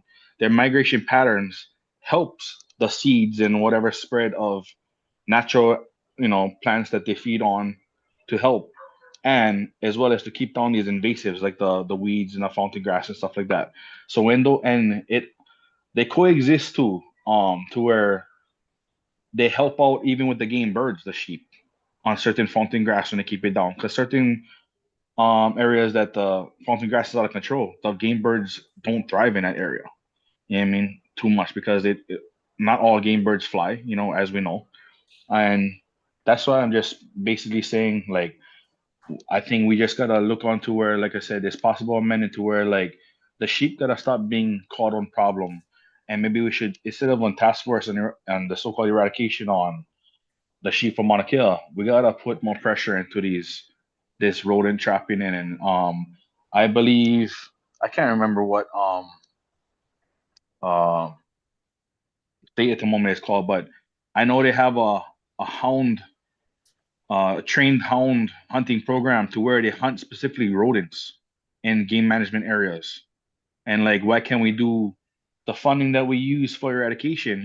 Like, come up to an agreement, or basically to the feds and say, like, hey, instead of using eradication money for the sheep, how about we take a look at the rodent problem that's doing more detrimental damage to the Palilan, put in efforts into that. And I know a few people that be willing to train these dogs, and do some programs like this and efforts to help keep it down, as well as my understanding too, on certain areas of Mauna Kea, we also have wild dog problems. You know, so that's just things I wanted to touch base. Like I said, I'm not trying to get off the Maui program, but just using this coexistent program when sparked one light in my head to where, like, we could be onto something, maybe not exactly the same, but we could try and amend something to do, like some sort of program, not eradication. But I just appreciate you guys' time. I just wanted to say that. Thank you, Jason. Any questions for the testifier? Any commissioners have any questions? Okay, so at this time, if there's no other testifiers, we're gonna close the floor for public testimony. And Lance, before I let you go, I have one comment though. I was Yes. very surprised that Lanai was added, because originally it was only Maui. And then you added, you guys added Maui and Lanai, Molokai and Lanai. Yeah. We don't have a overpopulation problem on Lanai. We have it controlled. In fact, yeah, like Clayton said, it's under. Yeah. And I'll be honest, the reason why we added those in was because to give an opportunity for all the whole county that we manage. Okay. Because if we left it out, then somebody would complain that, hey, why are we leaving out this island? Why are we leaving out that island? So what we did was, to be honest, that's why we opened up with Maui first, and then we ended up opening up to Molokai to give opportunity, of course, and then to Lanai in the case that they were interested or something came up. But it's just an option. In all of these applicants, we can still say no if there's a reason why. Okay, on that note, thank you for not leaving us Thank out, you. because we always Yeah, get left out. We're the last ones. No But worries, anyway, no worries. thank you for your presentation today and spending time with us. Thank you. Thank you. Okay, We see you moving guys. on. Thank you. Thank you, Lance. Moving on, let's do since we have quorum, let's do the approval of the minutes. That's item number 2. Right there. Okay, so we will begin with item number 2, approval of meeting minutes for October 1, 2025. If members of the public would like to make comments via email, please do so now. In the meantime, are there any comments from members of the GMAC? Okay, seeing and hearing none. Oh, Jason, you have a comment? None. None? Okay. None. Okay, moving on. Are there any public comments on Zoom? Email? I'm not seeing anything on email, Chair. Okay. Public testimony is now closed. At this time, I entertain a motion to approve the meeting minutes of October 1, 2025. I second. This is Richard First, Oahu Commissioner. I'll make a motion to approve the meeting minutes from October 1st, 2025. Any second? Sorry, second. Yeah. Okay. Motion was made by Commissioner First seconded by Jason Omic. Any discussion? Okay, at this time, I'll call for the vote. All those in favor of the motion say aye. Any opposed say nay. Let's do a raise of hands for aye. Aye. I see a unanimous vote. Motion passes. Moving on to item number 3. This is an action item. Approve a state-managed hunting area for the proposed science-based population modeling project. From our last meeting, Commissioner Nikolai Barca requested if the state could direct resources to start developing research opportunities for habitat quality and carrying capacities. GMAC OMIC suggested that commissioners try to take the time to figure out areas where we can test these types of models. GMAC Barca wants this to be a tool for population objectives for various hunting units and not just native protected areas. It was also proposed that the GMAC commissioners consider utilizing citizen science to gather preliminary data for population objectives. Commissioners should allow for a quick discussion on the areas they selected that would be good for this type of project. So I can thank you. provide just a comment. I think having Nikolai here, who has done a lot of work exploring some of these models and looking at information on animals on the landscape. I've done a little bit of it, more distribution type research projects. This is more kind of like ground truthing to figure out an exact population in a certain area. And I think if you are going to try to develop some sort of project like this, you want to be able to move it around. And there's two things. There's one, are you trying to do a project to understand a population in an area, or are you trying to do a project to understand how your management is changing, or or you're doing management in an area and you're doing a research project to see how that management is taking, unfolding on that property. And so I think, we got to kind of think about that. So having Nikolai at the table and trying to see, there's a lot of things involved when you're trying to model an area, whether it's elevation, it's vegetation type, it's multiple different types of variables. And when you have those kind of predictors, you can kind of move this model around and start using it in other places. But like, what are we after? Are we just after like how many animals are in this area? And if you're trying to pinpoint an area, you need to pinpoint an area that you're collecting a lot of data from already, or other activities are happening where there's data being collected. So you have lots of information to kind of crunch and look at. So I think, I don't know if we can vote on a specific place today. Yeah. I think there might be a little bit more conversation that has to be had. Nikolai should be here at the table as more of an expert at this type of modeling scenarios. And then we can kind of start coming up with ideas on how to approach this and what is the question that we're trying to answer. I do feel that there's a bunch of places in the Big Island, Pu'u, Honolulu, Pu'uwawa. We've been monitoring sheep and goat populations, been collaring them. We have all kinds of information on how they're moving around. We even have tons of game cameras out there where we can, get that information and run it through a model that kind of tells us, the kind of an estimated population in that area. So we have some of that data. I'd like to be able to bring some of that to the GMAC so we can look at that, talk with Nick, and kind of see how we want to approach this question. But I do think it's a good idea to kind of, we do get a lot of questions where people are asking, what do you guys, what number of animals do you guys want to have in this area? And that is a hard question. And it depends on a lot of different things. But it's like, what question are we answering? Like, do we just want sustained hunting? Are we looking at, damage to the environment or what, And so, anyways, I just wanted to throw that out there. I think there's more to this question. and trying to pick a particular area, particular unit. We have units that we've done a lot of work in already. Maybe those are the units we should target, try to figure these numbers out, and then we can start moving that around the islands or to different units that we feel. Puvawa, we're collecting lots of hunter data, hunter success. We can look at that information based on camera trapping and kind of put all that together to kind of understand what's really happening there, right? But Okay. Okay, I agree with you. We should have Nikolai here. At this time, is there any other commissioners wanting to make comments? Here, I do. Go ahead, Commissioner Sanborn. Yeah, Jason here, Sanborn Big Island.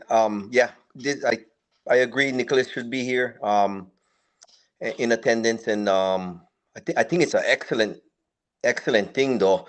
I don't know how. Geez, I would love for something like this, on the Big Island. I don't know if we would do multiple islands on this. I don't know what the course would be, but super excited to implement or test something on a Big Island. That's all. Thank you. Commissioner Molina? No, I like what he said, that we probably table this for another time and then have more discussion so we can identify the things that we're trying to get at, like questions of exactly what we're trying to pinpoint and get at. Yeah, I like that. Okay, thank you. Yeah, I'm leering until, to defer this subject, but since it's on the agenda, is there any public testifiers that want to make comments on this agenda item? Yeah. Oh, okay, you got 3 minutes. You already know I'm gonna say Mauna Kea can be an area for that. That might be a good one. I look at, efficiency when you're doing something like this. You don't want to be flying a helicopter into some place and doing all this data collection. You want to do it in places that have roads and access, and there's maybe not a lot of people that are going to be stealing your cameras and all kinds of other things. And so there's a bunch of different components you want to look at on how to approach something like this. And so me and Nick were talking about that today on, those type of things, and we'll continue to talk to the commission about this and try to pinpoint some. Anything else, Tyson? No. Oh yeah, for sure. My 3 minutes. Basically, yeah. Hey, I want to take that 3 minutes. Let me tell you. Basically, yeah. So like, I understand the whole game situation. So I also do trapping on a 250-acre farm here on the Hamago Coast of Big Island for pigs. Yeah. We do use GPS tracking for trail cameras because we have had a lot of thefts with cameras as well on our property. So, and that seems to work. We actually went to several residents and have made police reports that we found them where these cameras are going. So, if we can do it on a 250-acre farm, we can do it in a GMA. Basically, scientific, data again. Once I say, like I get the schooling experience, I get the knowledge. Legally, I've been hunting since 10 years old. The state would call it, but I've been hunting for 4 years old. Honestly, with my dad. I would spend at least 5 to 10 times a month on that mountain as a kid. I take my children. My son is 16. My daughter is 9. I introduced both of them too as well to hunting from the same age I was, 4 years old. My daughter, first time she touched blood was 2 years old. You know what I mean? On one of the animals I've harvested. I still take them to this day. So what I'm trying to say is like the boots on the ground data is always best, from what I see. I just always gonna, I guess, back up the so-called ungulates, the sheep on Mauna Kea, because like I said, I honestly can tell you that the rodents is a bigger problem. If I had it my way to be, like I said, that hound program does more. I would have hound trained rodent hunters because sometimes we see it. I've taken pictures myself. The traps that we put out for these rodents is killing our game birds as well. So why not? I think it's just time to it with the common sense data that we gotta once again just make amendments on certain changes. You know what I mean? And like I'm not just a hunter. You know what I mean? I do care for the environment as well. I do spend sometimes hiking, not just hunting. I do have times I go to the mountain, not even with a weapon, and I spend time up there and just looking at birds and getting footage as well. So it's not like I'm just 100% proactive hunter. I'm basically going land manager, but I don't get paid for it. My passion is my payment. You know what I mean? So I strongly hold to what I've always been saying, and I don't want to make. I'm gonna keep saying it. Like I said, keep pressing for that Mauna Kea issue because I've been, like I said, 7, 8 years old was the first time I testified on Mauna Kea. I'm 39 years old. That's 30 years of testimony I've been putting in, and we're still on the same subject. I'm pretty sure if you testified for 30 years, you'd be sick of dealing with that same scenario over and over and over again yourself. So and it's now, like I said, the issue's been from my grandpa's age. He's now passed away. Now my kids, that's 4 generations, we're dealing with the same problem. Soon to be 5, in a couple of years, my son has kids himself. So I just don't want to see it continue, and we can have some sort of amendment and study done. And I'd be willing, and I told Josh this too before. As my commissioner, I'm already putting in my free time. If you guys need me, I'll be gladly willing to walk with you guys on that mountain and show you some areas that I visually can show what needs to be done as well. So yeah, I'm just putting that out there, guys. Okay, Jason, thank you very much. We'll be on the Big Island on our next meeting, so please come to our meeting. I know you're gonna come. I got a question, and I guess it's more like a comment. And I guess we kind of talked about it a while ago, but a lot of the real-time data, can we tap into like satellite photos, from the government to help us, retrieve those data? What type of data? Like ungulates, what in one area, how many? So if it takes a picture, an aerial photo, because technology, you can see a person, reading a newspaper from way up there. But if we can get real-time data and actually count how many ungulates is in that area. Well, that's what they do on Lanai, but they fly a helicopter in. But we don't trust the helicopter because it doesn't do an entire one area. It does a grid search during the daytime, and you cannot see under canopies like with infrared or whatever. You can see through. We use most everything. Certain types of government data to get information on the landscape. I've never seen where they can narrow in on like a herd. I'm guessing you could. They move around too, but I'd have to look into that. I've never heard of like. So like in Maui, they claim, I don't know how many, 70,000 animals or whatever. If you can retrieve that data and take a real-time photo, then you can see without the movements, moving around, you have just spots that you can count. Yeah, right now they're just like seeing 1, 2, 3, 4, 5. They're with the little tablet flying and counting every single one. They do take pictures and then count herds and stuff like that. Yeah. And so there's different ways, but I've never looked into like where you pull down with the satellite and look at that information. Can we ask or I request? can look into that. Yeah, we have a couple people that we can talk to. Okay. I think a lot of our questions might be answered if we get that sort of data. Okay, so Chair, can I make a comment? in yes, regards to- Commissioner first. Thank you.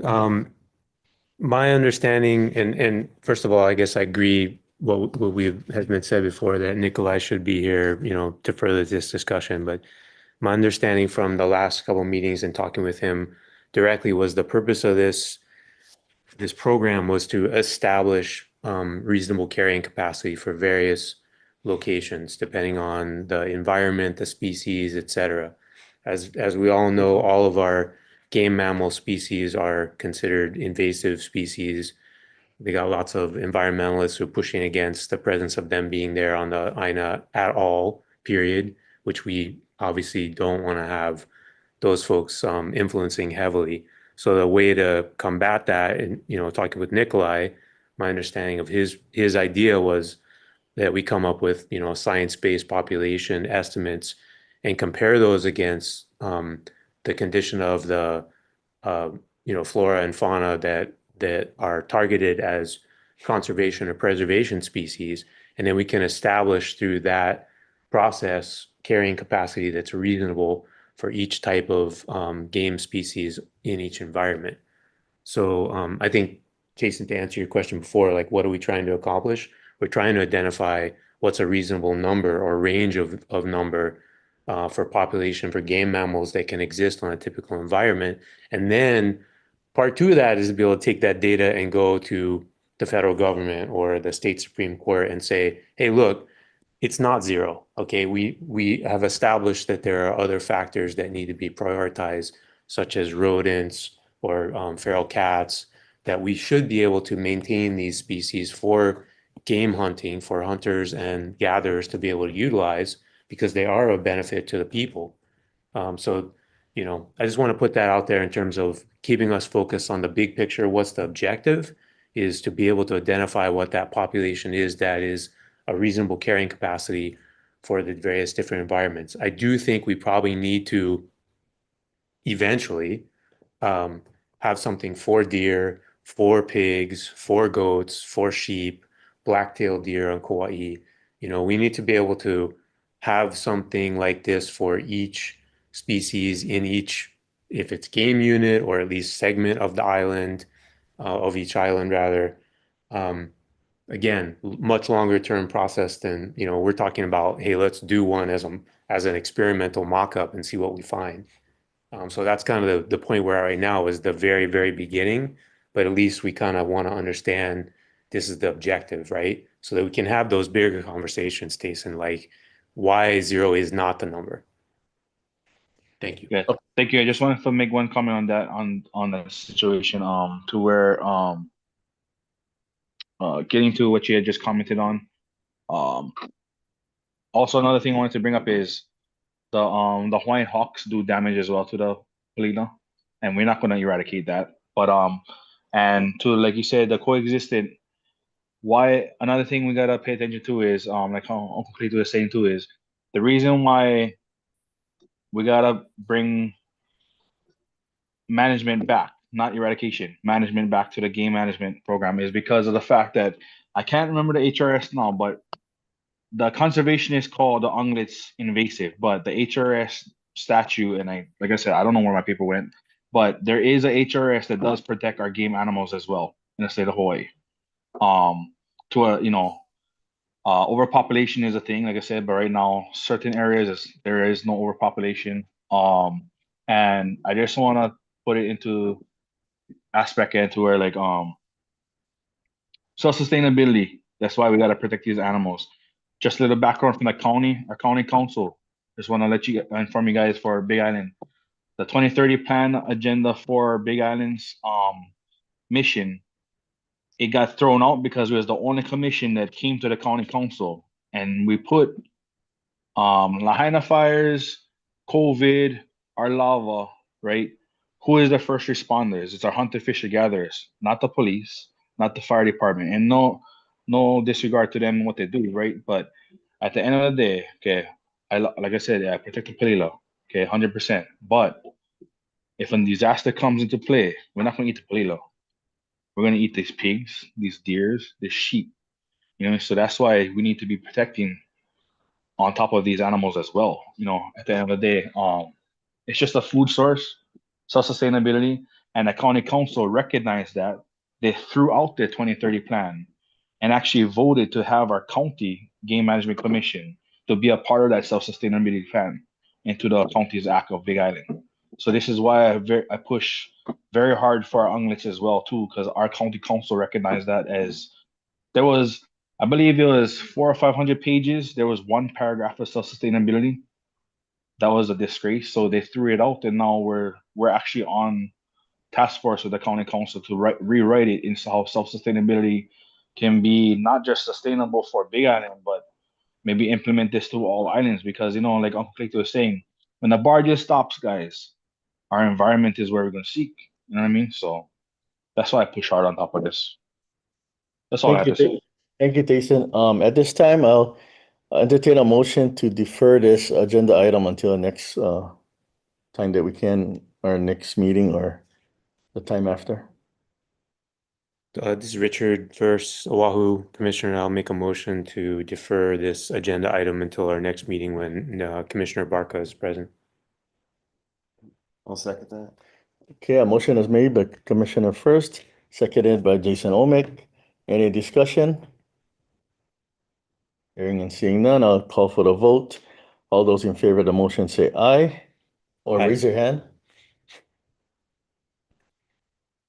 Okay, motion passes, vote is unanimous. Okay, let's move on to the next agenda item, which is number 5. I will provide an overview of the statewide game program activities, projects, and important updates. Nicholas? Okay.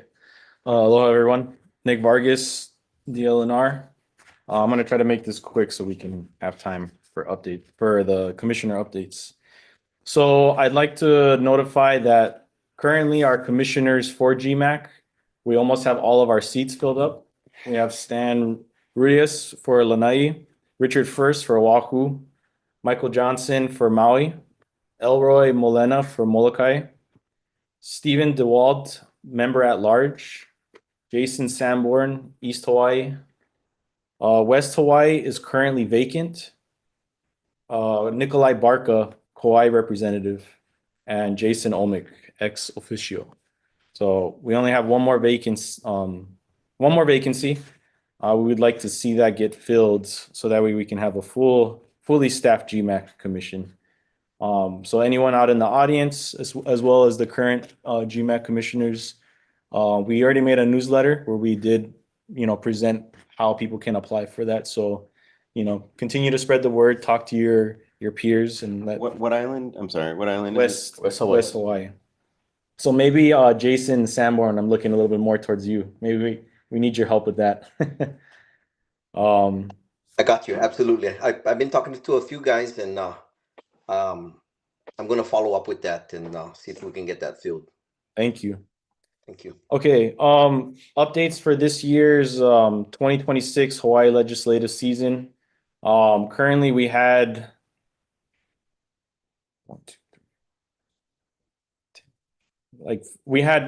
14 bills related to hunting that I had to monitor and either testify.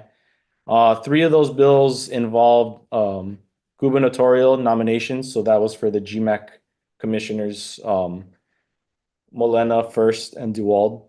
Those got passed, and they're moving through legislative. I'm just gonna keep to the ones that were brand new for this season. We had SB 0433 related to weapons. That one is no longer. That bill is dead. That was the one that was involving carrying of knives and other weapons in public spaces. And we also had 2 related to hunting that also did not pass. They died. One of them was related to expanding DLNR state managed areas to expand all hunting units by 20%. The other bill related to hunting was for, that one died, and that one was for shoot, I can't remember off the top of my head. I have to look it up. I know, I have to look it up. So apologies to the audience. I forgot that one off the top of my head, but that one also didn't pass. The one that is getting passed through, and it already went through second hearings, was related to meat donations. That one looks like it's gonna go through. So it's allowing for game meat to be accepted at charitable areas, churches. It'll recognize that meat is acceptable as a proper donation. I've also been working on continuous updates to the Hawaii hunting webpage. For those of you that check out our website, I've been trying to improve. This is probably one of my main goals since I've taken this position, is updating the hunting announcements webpage, as long as making it a lot easier for residential hunters and new hunters that come to hunt specifically in the state. I've updated the hunting announcement webpage to keep all announcements, anything related to announcements in a single platform. So our newsletter will be there. Any specific hunt or like tagged hunt announcements will be released there. And I'm also been pairing that off with the Outer Spatial smartphone app. Anytime I release an announcement on the webpage, I will also do it on Outer Spatial. I've also made new web links for hunting rules, regulations, and updates. This was kind of a crucial one for me just because we've paired off having the Adaptive Management Authority rule changes on there as well. So the proposed rules will be posted on this link as long as along with the current standing adaptive management rule changes. So the public can go out there and click on any of the current 1020s that we submitted, and they'll be able to see what the current status for a specific hunting unit or hunting units. I'm also been working with DOFA staff with all the islands. I'd like to thank Josh Peng Ching for submitting the first map. I've been starting a new tab called the Game Species Range and Distribution Maps tab. That one I'm trying to promote. Trying to promote the biologists for each of the islands to provide me more of their survey data so that we can get that posted out there. That'll be assisting to our regular hunters that either Josh's one that he provided was actually for a natural area reserve where they're trying to control the goat population. So we were able to present a heat map of where the highest goat populations have been measured to assist with goat control in a natural area reserve. Let's see. Oh yes, based off of other GMAC meetings and other public meetings that I've attended, we've updated and put in a new disabled public hunting information tab. This allows for the public who are disabled, they can apply for the crossbow hunting permit and the disabled vehicle permit. For the crossbow permit, I was able to make this an e-sign application. So what that means is that the public can apply for the crossbow hunting permit. Everything is done online, and they can even forward it to their doctor's email for the doctor's signature. At the end of that process, after all the signatures have gone through, it'll be sent to the DOFA admin office, which our administrator will sign, and then all the parties will receive a final signed copy. It'll expedite the process. Everything's electronically made, and that way, if a hunter loses their form or it gets damaged out in the field, they can always go back and reprint it. Or if for any reason they lose it on their email, they can reference it to one of the office staff. Next on the activities, I've been currently working with the Hawaii Island staff for an adaptive management rule change. We were trying to process an adaptive management rule change that had been set back in 2024. Currently, that rule change was we submitted a board submittal to the board. It was reviewed by the Attorney General and it was rejected, unfortunately. So we were taking it. I took it back and I'm going through the rule change process again. So we have to post it out for 30-day public notice. I'm currently working with the Attorney General's office to see what kind of questions they had or why they rejected that submittal. Once we get that process, I'm shooting for a May, I believe it. Let's see. I'm shooting for a May 8th date. That'll allow for the 30 days of public notice and enough time for me to coordinate with the Attorney General's office to make sure that we can get this process and put this through. The primary hunting opportunities affected by this temporary revision include the Pu'anahulu archery season, Pu'uwawa archery season, and the spring turkey season on Hawaii Island. I'm also I'm working with our contractors with our website, the tags. Sorry, I have to add somebody. I'm currently working with our website managers to update the Go Hunt webpage so that way the current Chapter 123 hunting rules are placed onto the tags and permits. So I made it I requested as an emergency or an urgent request to update all the websites. So hopefully hunters will be able to see that right now. However, we did release an announcement stating that we are asking public hunters to go to the Hilo office to retrieve their tags if they want to get it as soon as possible. I've also been working on the next fiscal year's Pittman Robertson game grant proposals. So I received all the island biologists proposals. I'm currently modifying our budget and just planning for PR grant projects. I'm also coordinating with our I'm organizing these projects with our federal coordinator. The Lanai Cooperative Game Management Development and Management Agreement. So I've been in communications with Maui game biologist Shane, and we've been talking with Kulama Lanai about we sent out a request for an early request, and we're ahead of schedule to renew the Cooperative Game Management Development and Management Agreement. Sorry. So we're on a good schedule right now. We've sent out a letter to Kulama Lanai. They sent out a letter to us. We're doing final signatures with our chair and our administrator, and hopefully we can get the next step would be to getting the new agreement up on in a Word document and just having that finalized. So they agreed to a Awesome. second 5-year term. Yes, a second 5-year term. Second 5-year term. All right on. So we're moving along with that. So it's good news. Let's see.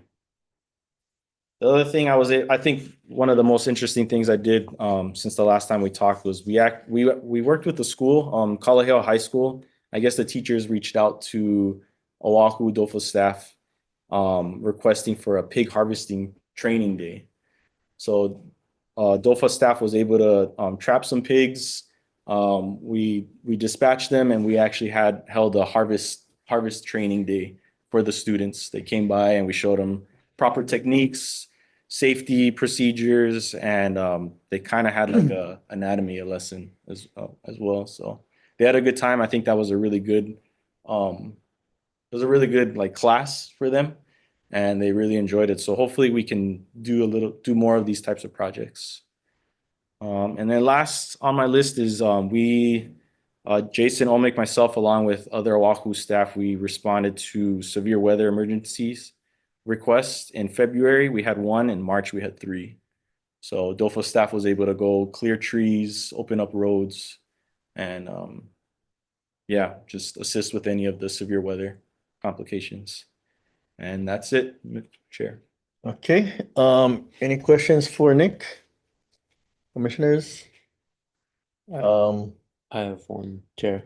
Okay. So, Richard first, Wahoo Commissioner, in regards to the adaptive management rule renewal, how far in advance can we submit renewal requests before the adaptive management rules in place expire, so that we don't have this necessary revision to, I mean, we're essentially losing Friday and Monday hunting until the adaptive management rules are renewed, if in fact they are renewed. And unless there's a particular reason why they intend not to renew it, like game populations are now at a point where they're stable and they don't have additional take, which we all know is not the case for these areas. Yeah.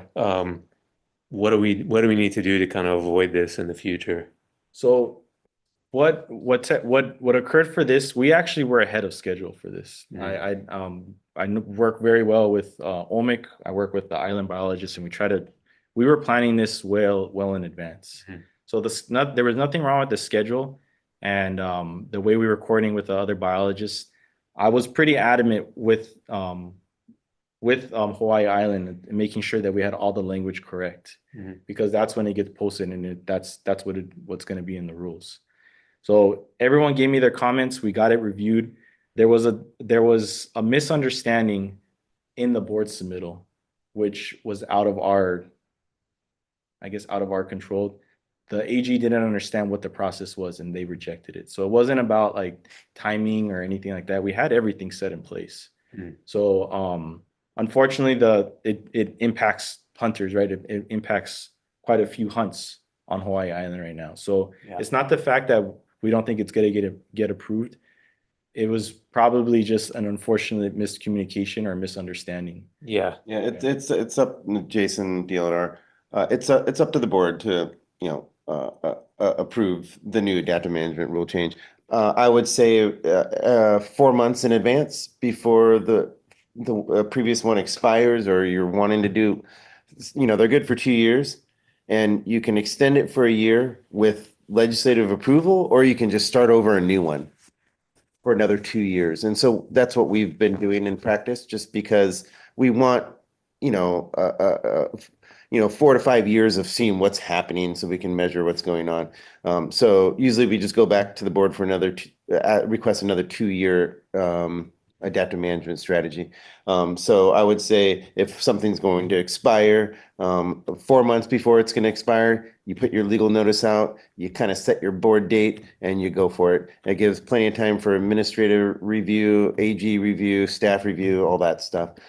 Sometimes time gets crunched a little bit. I think there was some administrative back and forth that went on that we weren't predicting. And we actually developed this whole process with our attorney generals in the past. So we're going to try to assign these projects to specific attorney generals that have worked on these before.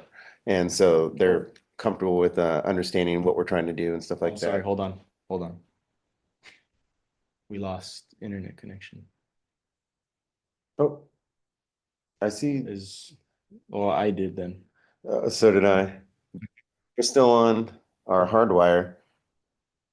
Okay. So Jason Sanborn, you can still hear us, yeah? Yeah, I can hear you. Okay. So yeah, everyone that's on wireless right now, we just lost our GMAC meeting, but our Hold on 1 hardwire second. is on. I'm not recording. You're not recording, Yeah, okay? so hold on.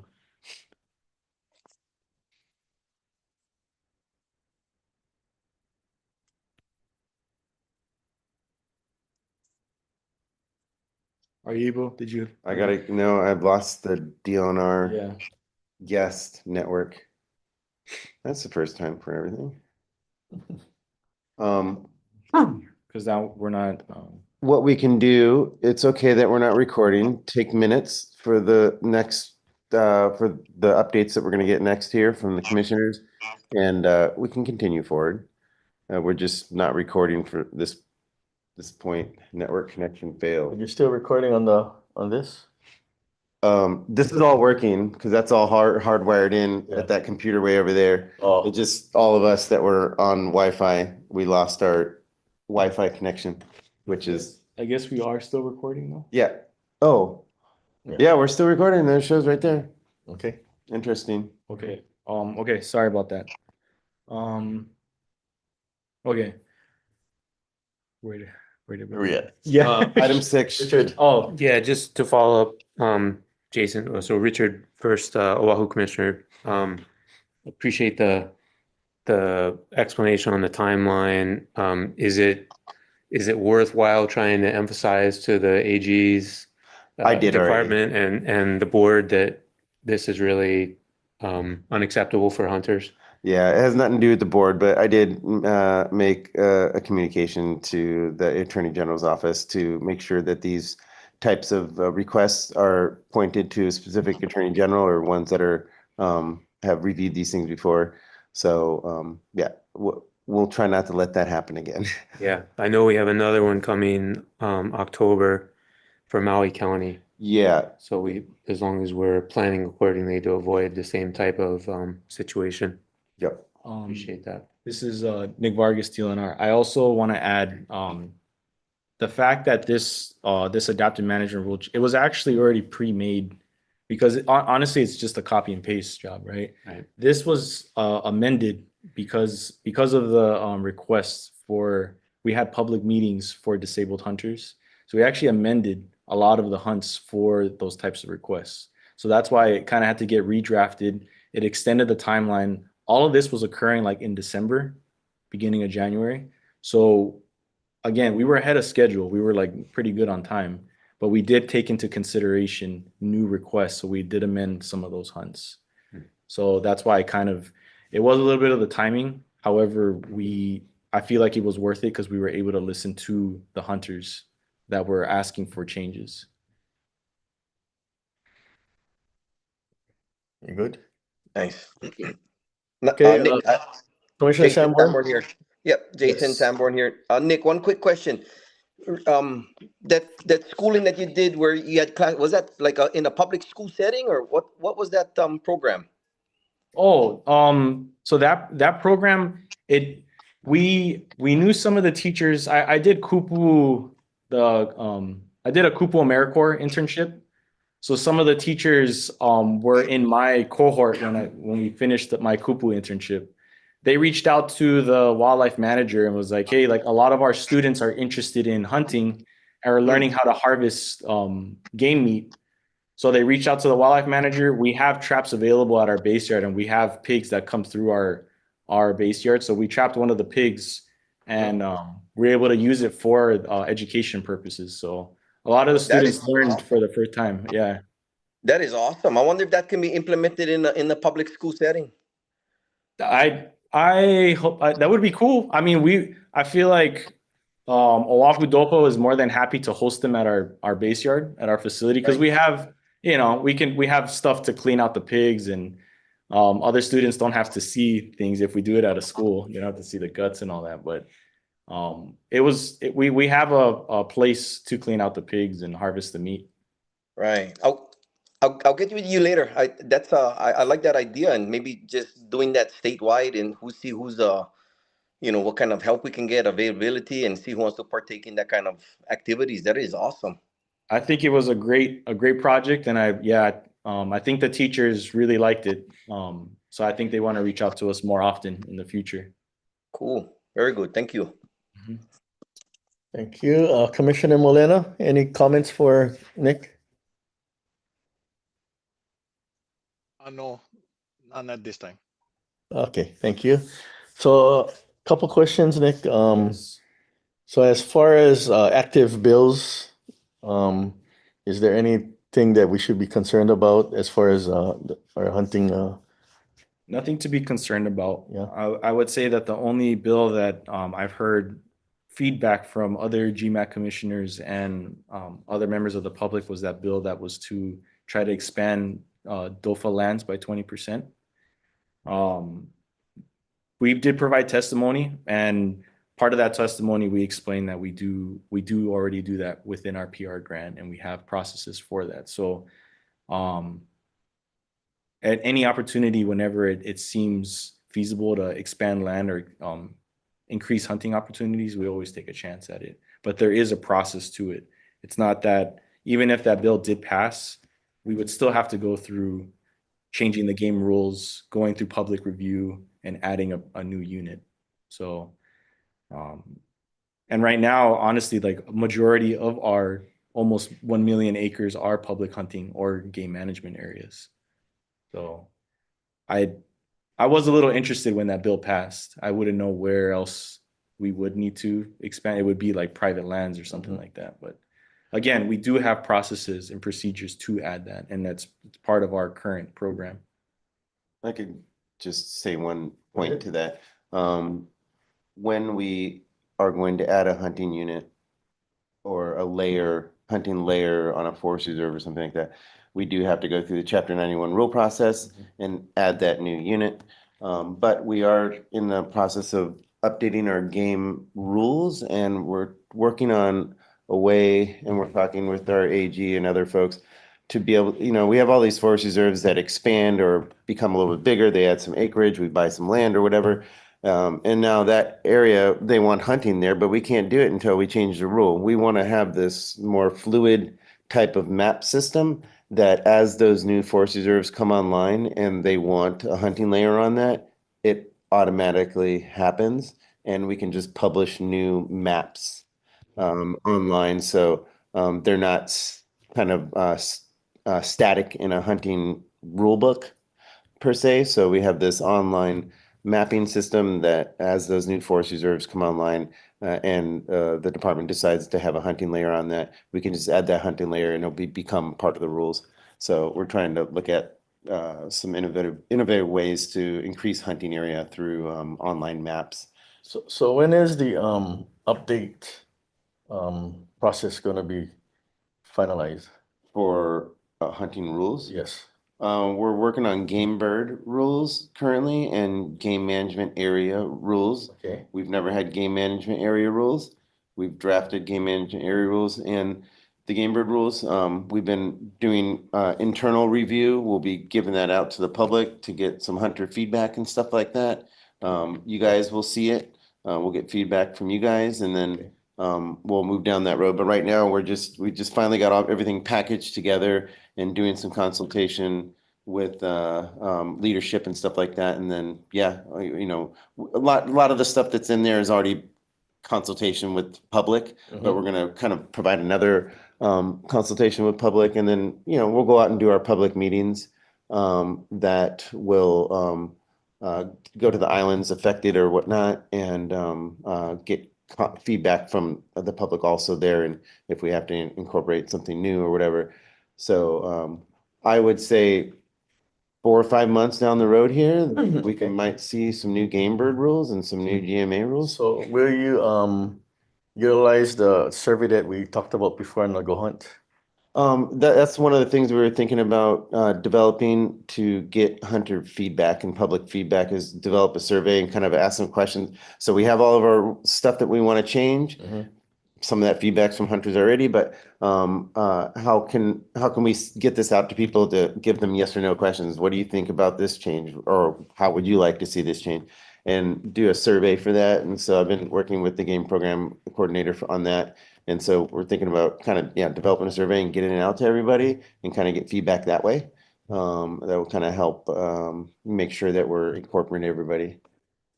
Right on. Okay, so if there's no other questions from the commissioners, the floor is now open for public testimony. We have Tayson, you have the floor, 3 minutes and 1 minute to conclude. Nick, I got questions for that. As far as for that rule amendments, yeah. So the spring turkey, what is the ending date? Spring turkey, when does it end? April. What was it again? Spring turkey ends. Give me April 15th. Yeah. 15. Yeah, I was gonna say 15, but I wasn't too sure. It is 15th, yes. Believe so, yes. Hold on, let me Okay. confirm.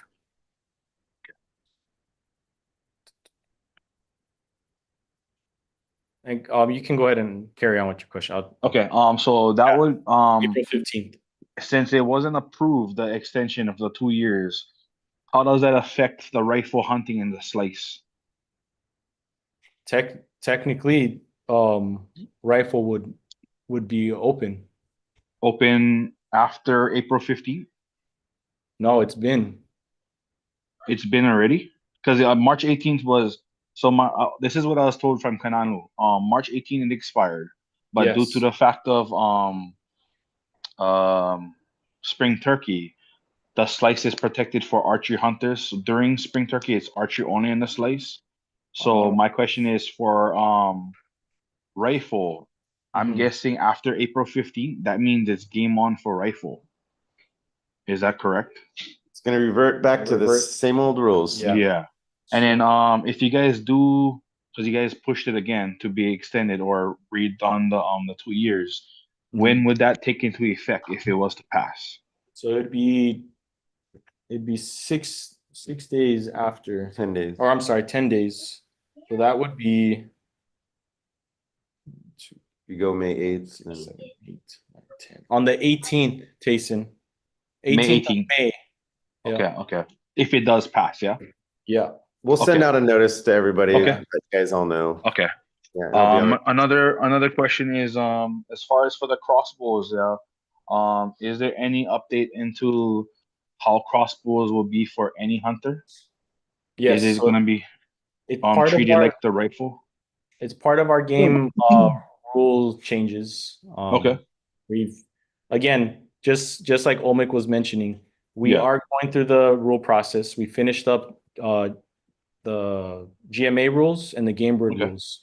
Once we Okay, get okay. that cycling through for public review, we're going to start working on the game mammal ones. That'll also include crossbow. That also will include public or opportunity for public testimony, right? So Yeah. even for some reason, we included crossbows, but for any reason Yeah. for any of the rules, you guys will still have an opportunity to provide testimony in support or Yeah. against whatever you want. So yeah. Yeah. And then if it was to pass, then it would be treated in rifle areas, yeah, the crossbow, yeah. Or would it be archery areas? You know, Tayson, I'm gonna have to get back to you on that because Okay. I've heard different things and I don't want to get it confused. Yeah. Okay. So I Okay. need I to- appreciate that. Yeah. And I just I remember using the Zoom with Clayton, the last one, the public one. Mhm. But is there? I know it's not on the agenda, but I just had a question because I was asked on it. How is there? You know, due to the fact of non-ethical hunters, yeah, of it's making it so easy the online access of getting a hunting license. Would there be a possibility? Because I'm in support of it to bringing the 3-day or 1-day in-person class for hunters ed, because to me it's like we get so much young hunters easily cheating, passing their hunting license, nobody showing them the right way, and we got a lot of poachers on hand due to that system. Would it ever be changed back to that, that knowledge, that 3-night or that day and a half class in person? Because to me that's it's better off that way. That way we're not having people just running around with freebie licenses. Yeah. So I hear you, and I also agree with you. I was able to take the class or the in-person class when I first got my license. And I Yeah, thought it was same great. here. Yeah. And I would go with my friends too. Yeah. I didn't have to I would just sit in the class with them, encourage them to take the class. So I'm a full proponent for that. The only thing is that the class is dealt with it's under Division of Conservation and Resource Enforcement. So what I would recommend you doing, and this is something that I'm stating here, so that way you can talk to your GMAC rep, is that you guys talk to your GMAC rep.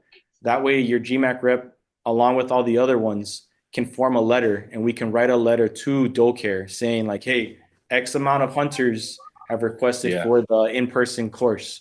This is their contact information. If we form, or it's over whatever, let's say over 1,000 hunters asked for in class portion for youth, for youth and recruitment.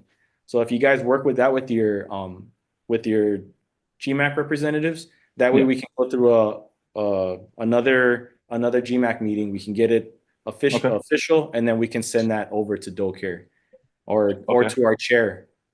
To review. Okay. I just support that because with the poaching happening nowadays, you get a lot of kids upcoming with, like I said, this freebie license, and they're not even being shown the right way. Like example, I get a couple of nephews, right? I took them hunting. They never had the upbringing I had, and then they're fast to kill. But when it comes to bust out the knife and clean, they're like, "Oh, I don't know what to do, Uncle." Yeah. You know what I mean? It's like, oh, then why? You mean like you should? So that's why I strongly agree to where that class will come back, because it covered field dressing. Yeah. So I feel like even my kids, like before they even took the license with my son, because he's old enough, I had to show him hands-on because I never like him learning the wrong way, and I'm pretty sure all of us would like that too. But yeah, okay, that was just a question. I appreciate it. Yeah. And I think to touch back on that class that we were able to do that pig harvesting. Yeah. I think one thing especially for all the hunters that do have kids is that you talk to your kid, and maybe your kid can talk to their teacher, and maybe that's something where the conversation can get started in school for the students. Like, hey, I love hunting. I want to learn more about hunting. Like, can you get connected with our local forestry and wildlife staff? Yeah. Because Yeah, all for the sure. staff, all the biologists, they either have kids, they have families, or they're more than welcome, or they're more than happy to go to schools and help kids Yeah, out. yeah, for sure. So Okay. yeah, Right on, you guys. I appreciate it. thank you. Thank you, Jason, for your insight. I agree with you on the safety education course. It should be hands-on. I did that. We even got to shoot guns back in 81. Oh, that's old, yeah. Old. They But even anyway. had the hunters advanced class before. We even took that as well. They don't have that program anymore, but that's another program would be great to bring back as well, I feel. Yeah, we gotta work on it as hunters to teach the younger kids, the younger generation. Thank you. Okay, so you got anything else? Oh yeah, that's it for me. Okay, any other testifiers on email or anything? I have no one on email and I don't have anyone on Zoom.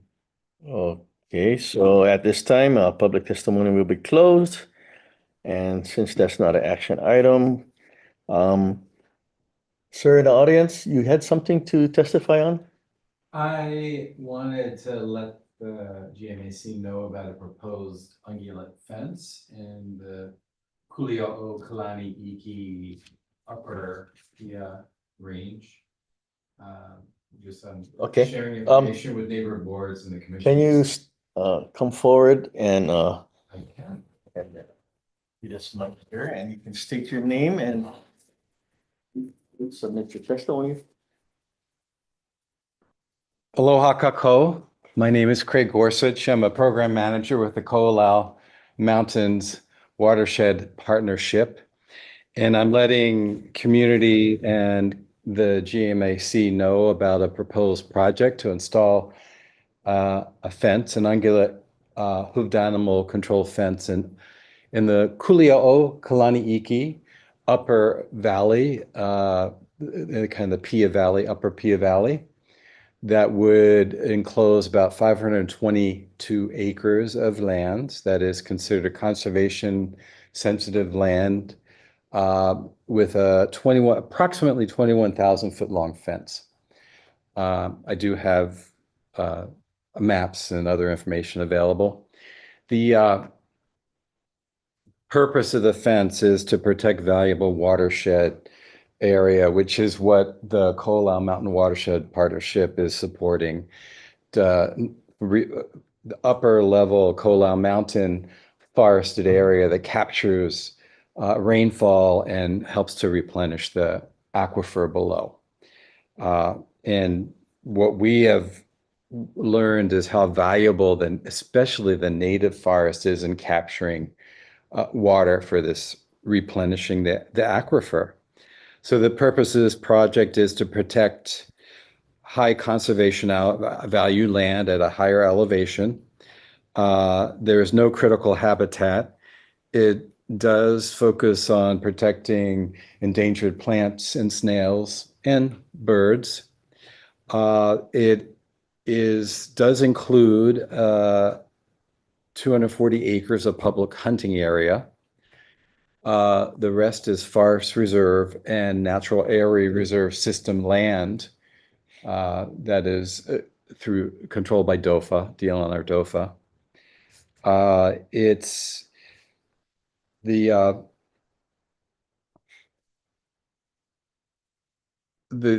I'm trying to think of the specifics. The primary purpose is ungulate control with awareness of the negative impact that rapid ohia death fungus has on ohia trees, and what we've learned how disturbance of the roots of the forest ecosystem through pig rooting is one of the primary routes of entry for rapid ohia death, which is another part of the purpose of this project, to protect the Mauka forest. The fence is traditional combination panels, ungulate control fence with T-post. The It would also include up to 7 pedestrian walkover gates that would be built on existing trails, including state Nahele trails, but also other trails as well, so that hikers and hunters would have access to the fenced area. The fence would be proposed to be 3 sides right now going up to the summit and even over the summit with a gate on each side, but the fence is not proposed to cross across the summit. And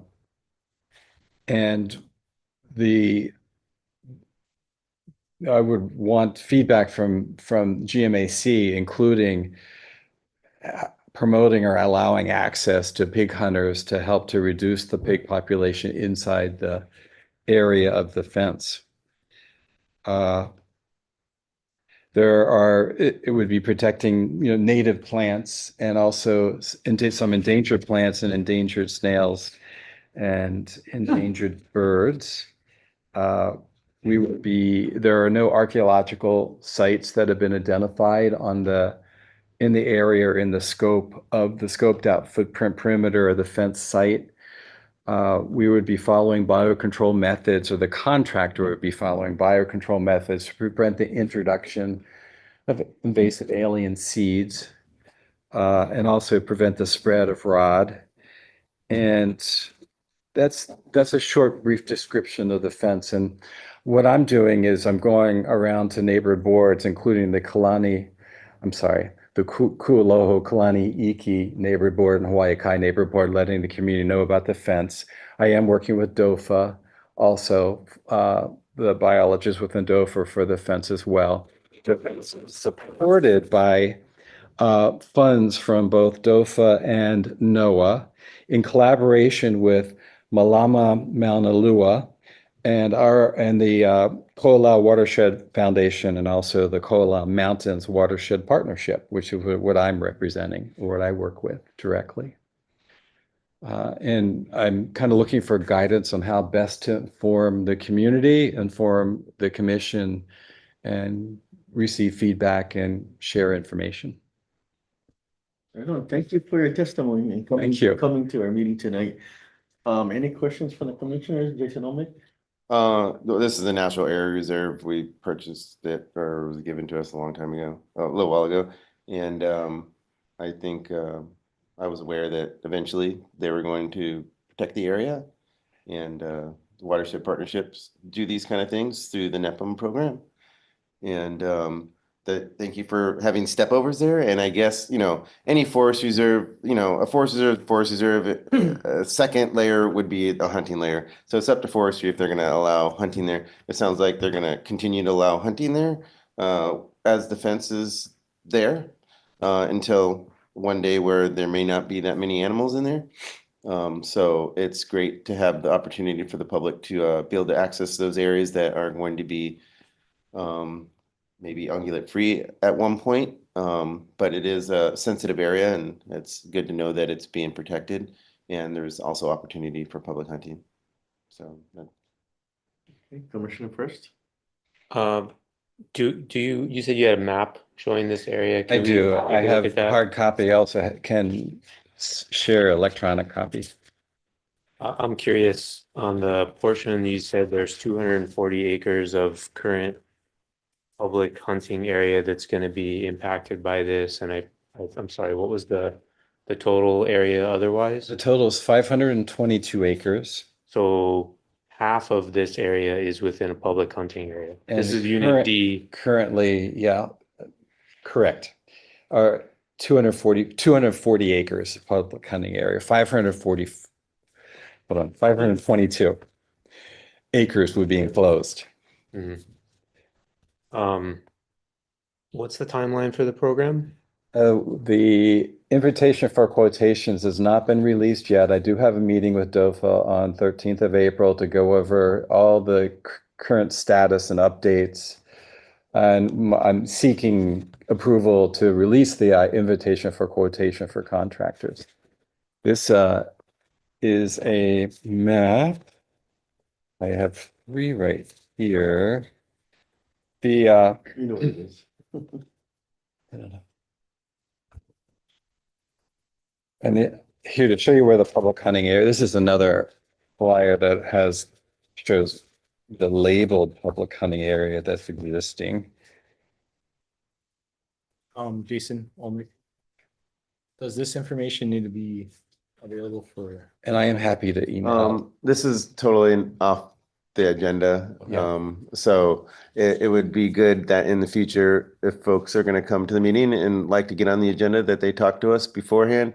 We're at 7:28 already past our time. I'm just the chair is probably just entertaining this at the moment. I just entertained it as a new business. There's a gentleman that stayed here from the beginning of the meeting. Maybe we can close this up and put it on our agenda for next meeting and get feedback from other commissioners. Before we close the item, sorry, this is Richard first. Yeah. Oahu Commissioner, is there an opportunity for public input? And what is the timeline for that? What is the deadline? Right now, it's the public input has been through the neighborhood board communications. Mhm. And the timeline is tied into the funding and the availability of funding, but ideally, we'd like to be able to publish an IFQ within the next 30 days. IFQ, Invitation for quotation for contractors to bid on constructing a fence. so then there's really no opportunity for public input, is what you're saying. I am on a learning curve too, and this is my introduction to the GMAC. There has been outreach before now, but I have not been to GMC to do this. Okay, can you give your information to Nick Vargas? And Yeah. then we can have, discussions on that later. Yeah. Okay? Can I have 10 seconds on one fencing project real fast for you guys' agenda? I'm gonna speak with Jason, but figure just mention on my minutes for you guys. 10 if possible. seconds. 10 seconds. Okay. Pumaka'ala Forest Reserve, Big Island, 853 acres is gonna be proposed to fence to add to the bird sanctuary. I've been working with Nig Augustus and Ian Cole. They did propose back to me because I had gone against it for the commission. 400 acres agreed to do fencing if my coexist was them with 82 or the 42 lava flow and 84 lava flow punch road access to Mauna Loa to have access for pig hunters, bird hunters, and archery hunters all at the same time with these roads, and also safety purposes as well. So I just wanted to put that on top of the minutes for you guys to at least know that. But I'm gonna get with Jason and I'll get him up to par with that. Just figured I'd mention it to you guys. Thank you, Jason. So for anyone in the public or anyone interested in finding out more about this topic, please contact Nick Vargas and he'll forward the information to whoever needs the information. Yeah, when we have these scheduled meetings for the commission, all materials that are provided in the meetings need to be publicly available for everyone. So basically what we're doing right now doesn't count. But we definitely appreciate you coming to us and talking to us about these kind of things. And I feel it's important. And yeah, maybe we can make an agenda topic that can kind of explain what's going on with Pia Valley and what the department's goals are for the area and how it may impact public hunting a little bit. And maybe ask for some other areas that talk about other areas that maybe we can open that are not available right now to Good. kind of offset. Let's do that. Okay, Yeah, sorry, this definitely goes beyond Pia though, because this is Wailupe Valley, this whole section. I mean, this is legit my backyard. oh, Sorry, I'm very familiar with this valley. I've been in this valley, many times. So let's make sure that we're clear about the area and the impact. okay. Thank you for bringing this to our attention. This is the first I've heard of this. Little shocking. And I'm sure there are public hunters on Oahu who would have things to say about this. So thank you. Thank you. I welcome that and to talk with you and Yes, can you wait sharing 10 information. minutes? Yes. Yeah. While we wrap up this, Of course. meeting. Okay, item 6. Short report by each commissioner summarizing their meetings with Dovell staff on the island that they represent. So, let's start with Commissioner first. Okay, thank you. Just one second, Chair. Sorry, I bring up my email here. Okay, apologies. Richard first, Oahu Commissioner. I spoke with our Oahu DNR game biologist, Jason Misaki, about a month and a half ago, actually, before the meeting was previously scheduled. Couple things that came up.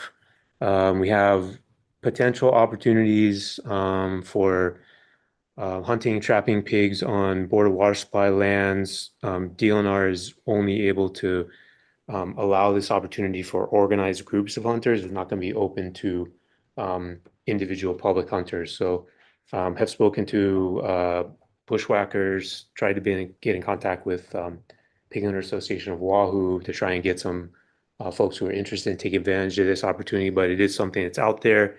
If anybody is on the meeting is interested, please contact me or Jason Misaki. Happy to put you in contact and see if we can get this going. Similar opportunity exists for other areas, Makaha, Mauna Lua. There's also an opportunity to utilize DLNR pig traps. Again, something that's only open to organized groups of hunters, not to individuals. So up to the community to, kind of get those groups together and make that happen. That's main update items that I had for Jason. Thank you. Thank you. Commissioner Molina. Hi, this is Aaron Molina, Commissioner for the Island of Molokai.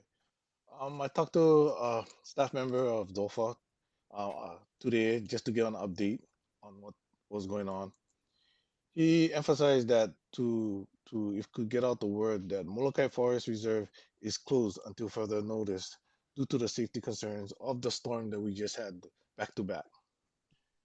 He also brought up, I guess they acquired Puahala for hunting access, and into that area he's just asking about basically how to go about the hunting area, suggestions of how we allow hunters to access the hunting unit, but also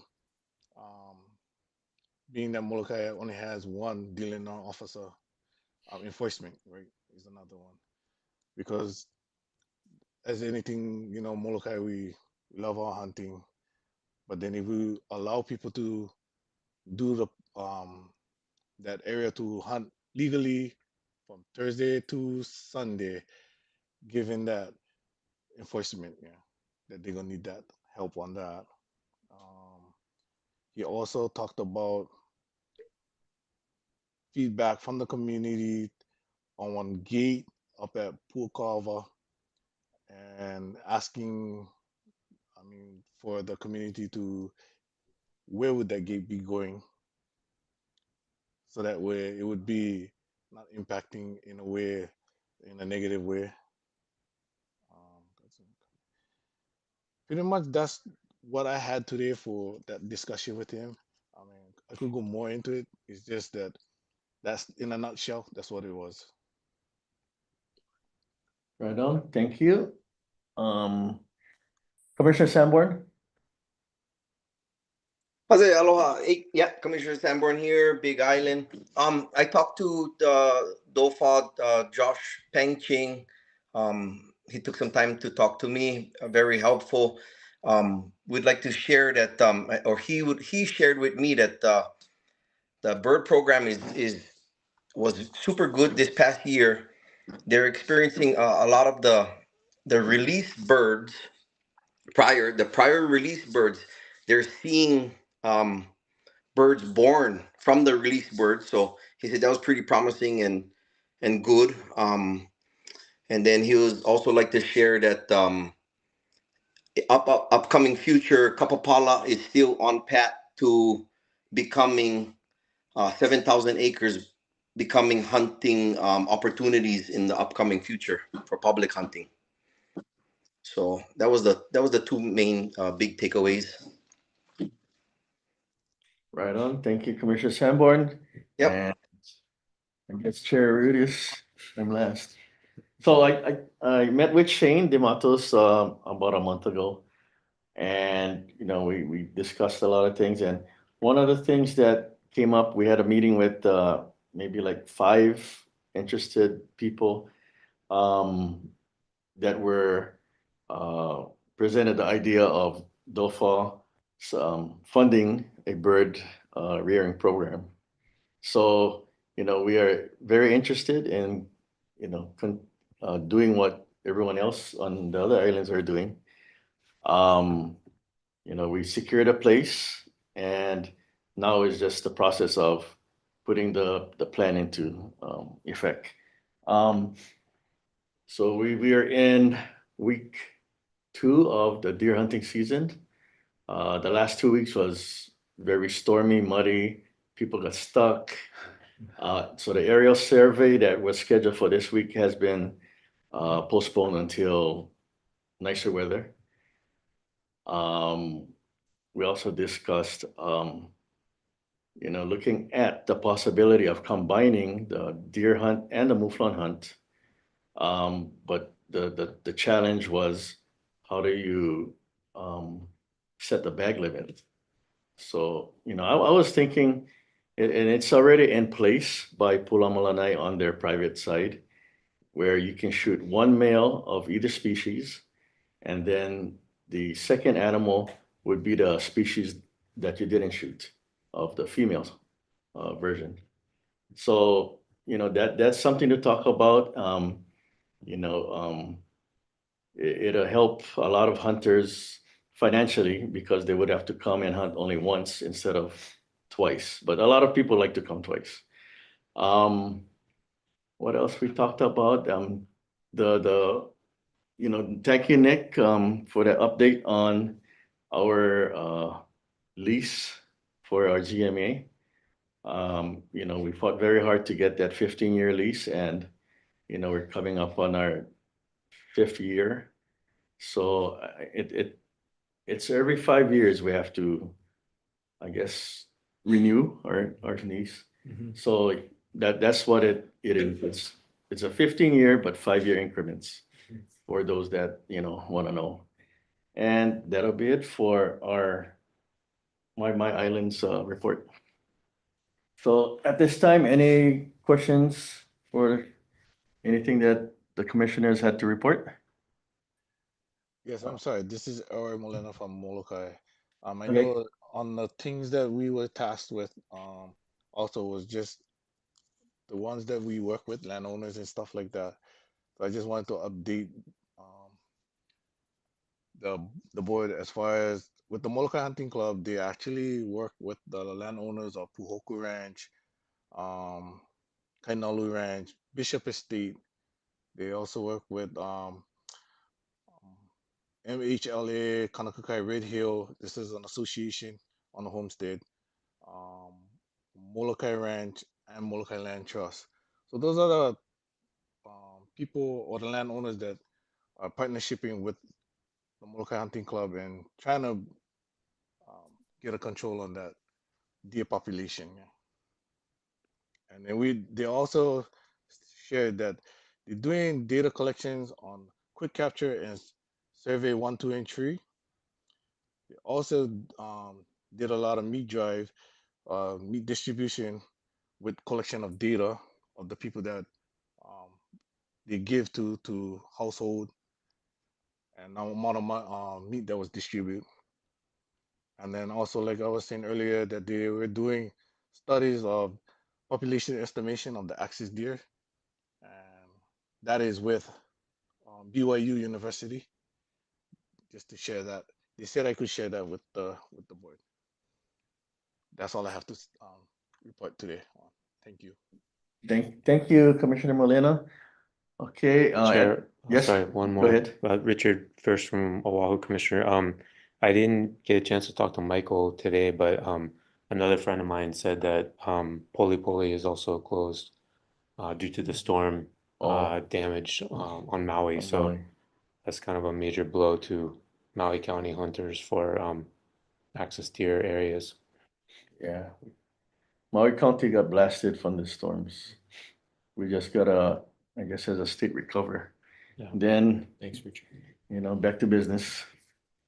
So at this time, we'll open public testimony.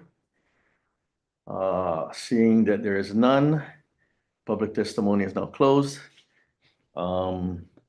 Moving on to item 7, setting future meeting schedules, locations, and potential agenda items.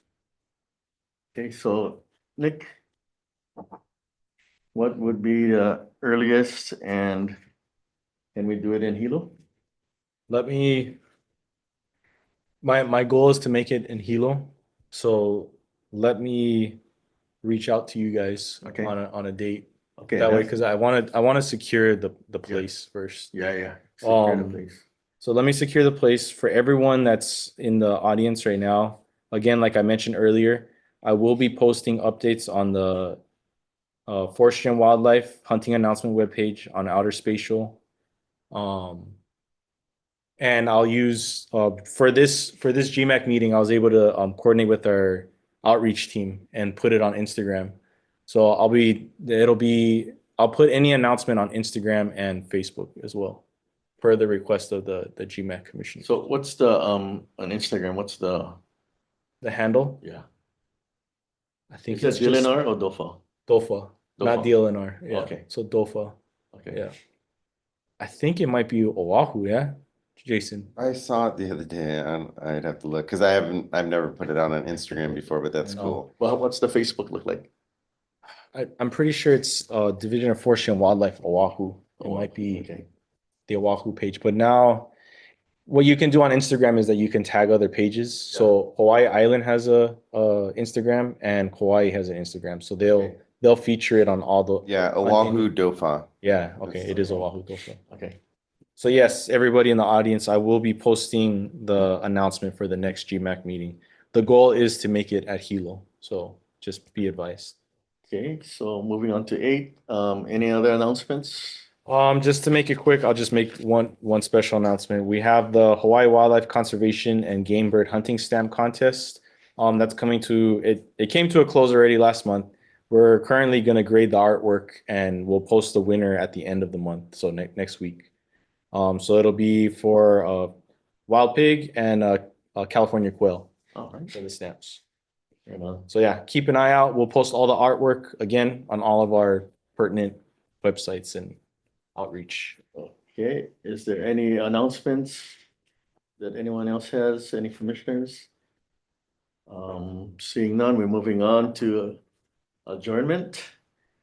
Thank you everyone for coming to this meeting tonight and spending time to voice your concerns and, giving us updates. Jason Omick, Nick Vargas, thank you very much from the GMAC commission. At this time, I entertain a motion to adjourn this meeting. Oh, no one wants to go. I'll say. I'd like to make a motion. You're what? You're making a motion? I will second. You're the a motion second? to Okay, a adjourn. motion is made by Jason Omick. Seconded by Commissioner First. Any discussion? None. All those in favor of the motion, raise your hand. All right, meeting is adjourned at 7:48. Okay, thank you. Mahalo. Thank you. That was a long one. Oh, I think we gotta start at 4. yeah, it's hard to get through stuff in 2 hours. You have to talk really fast. Even if I talk really fast. You can make it longer.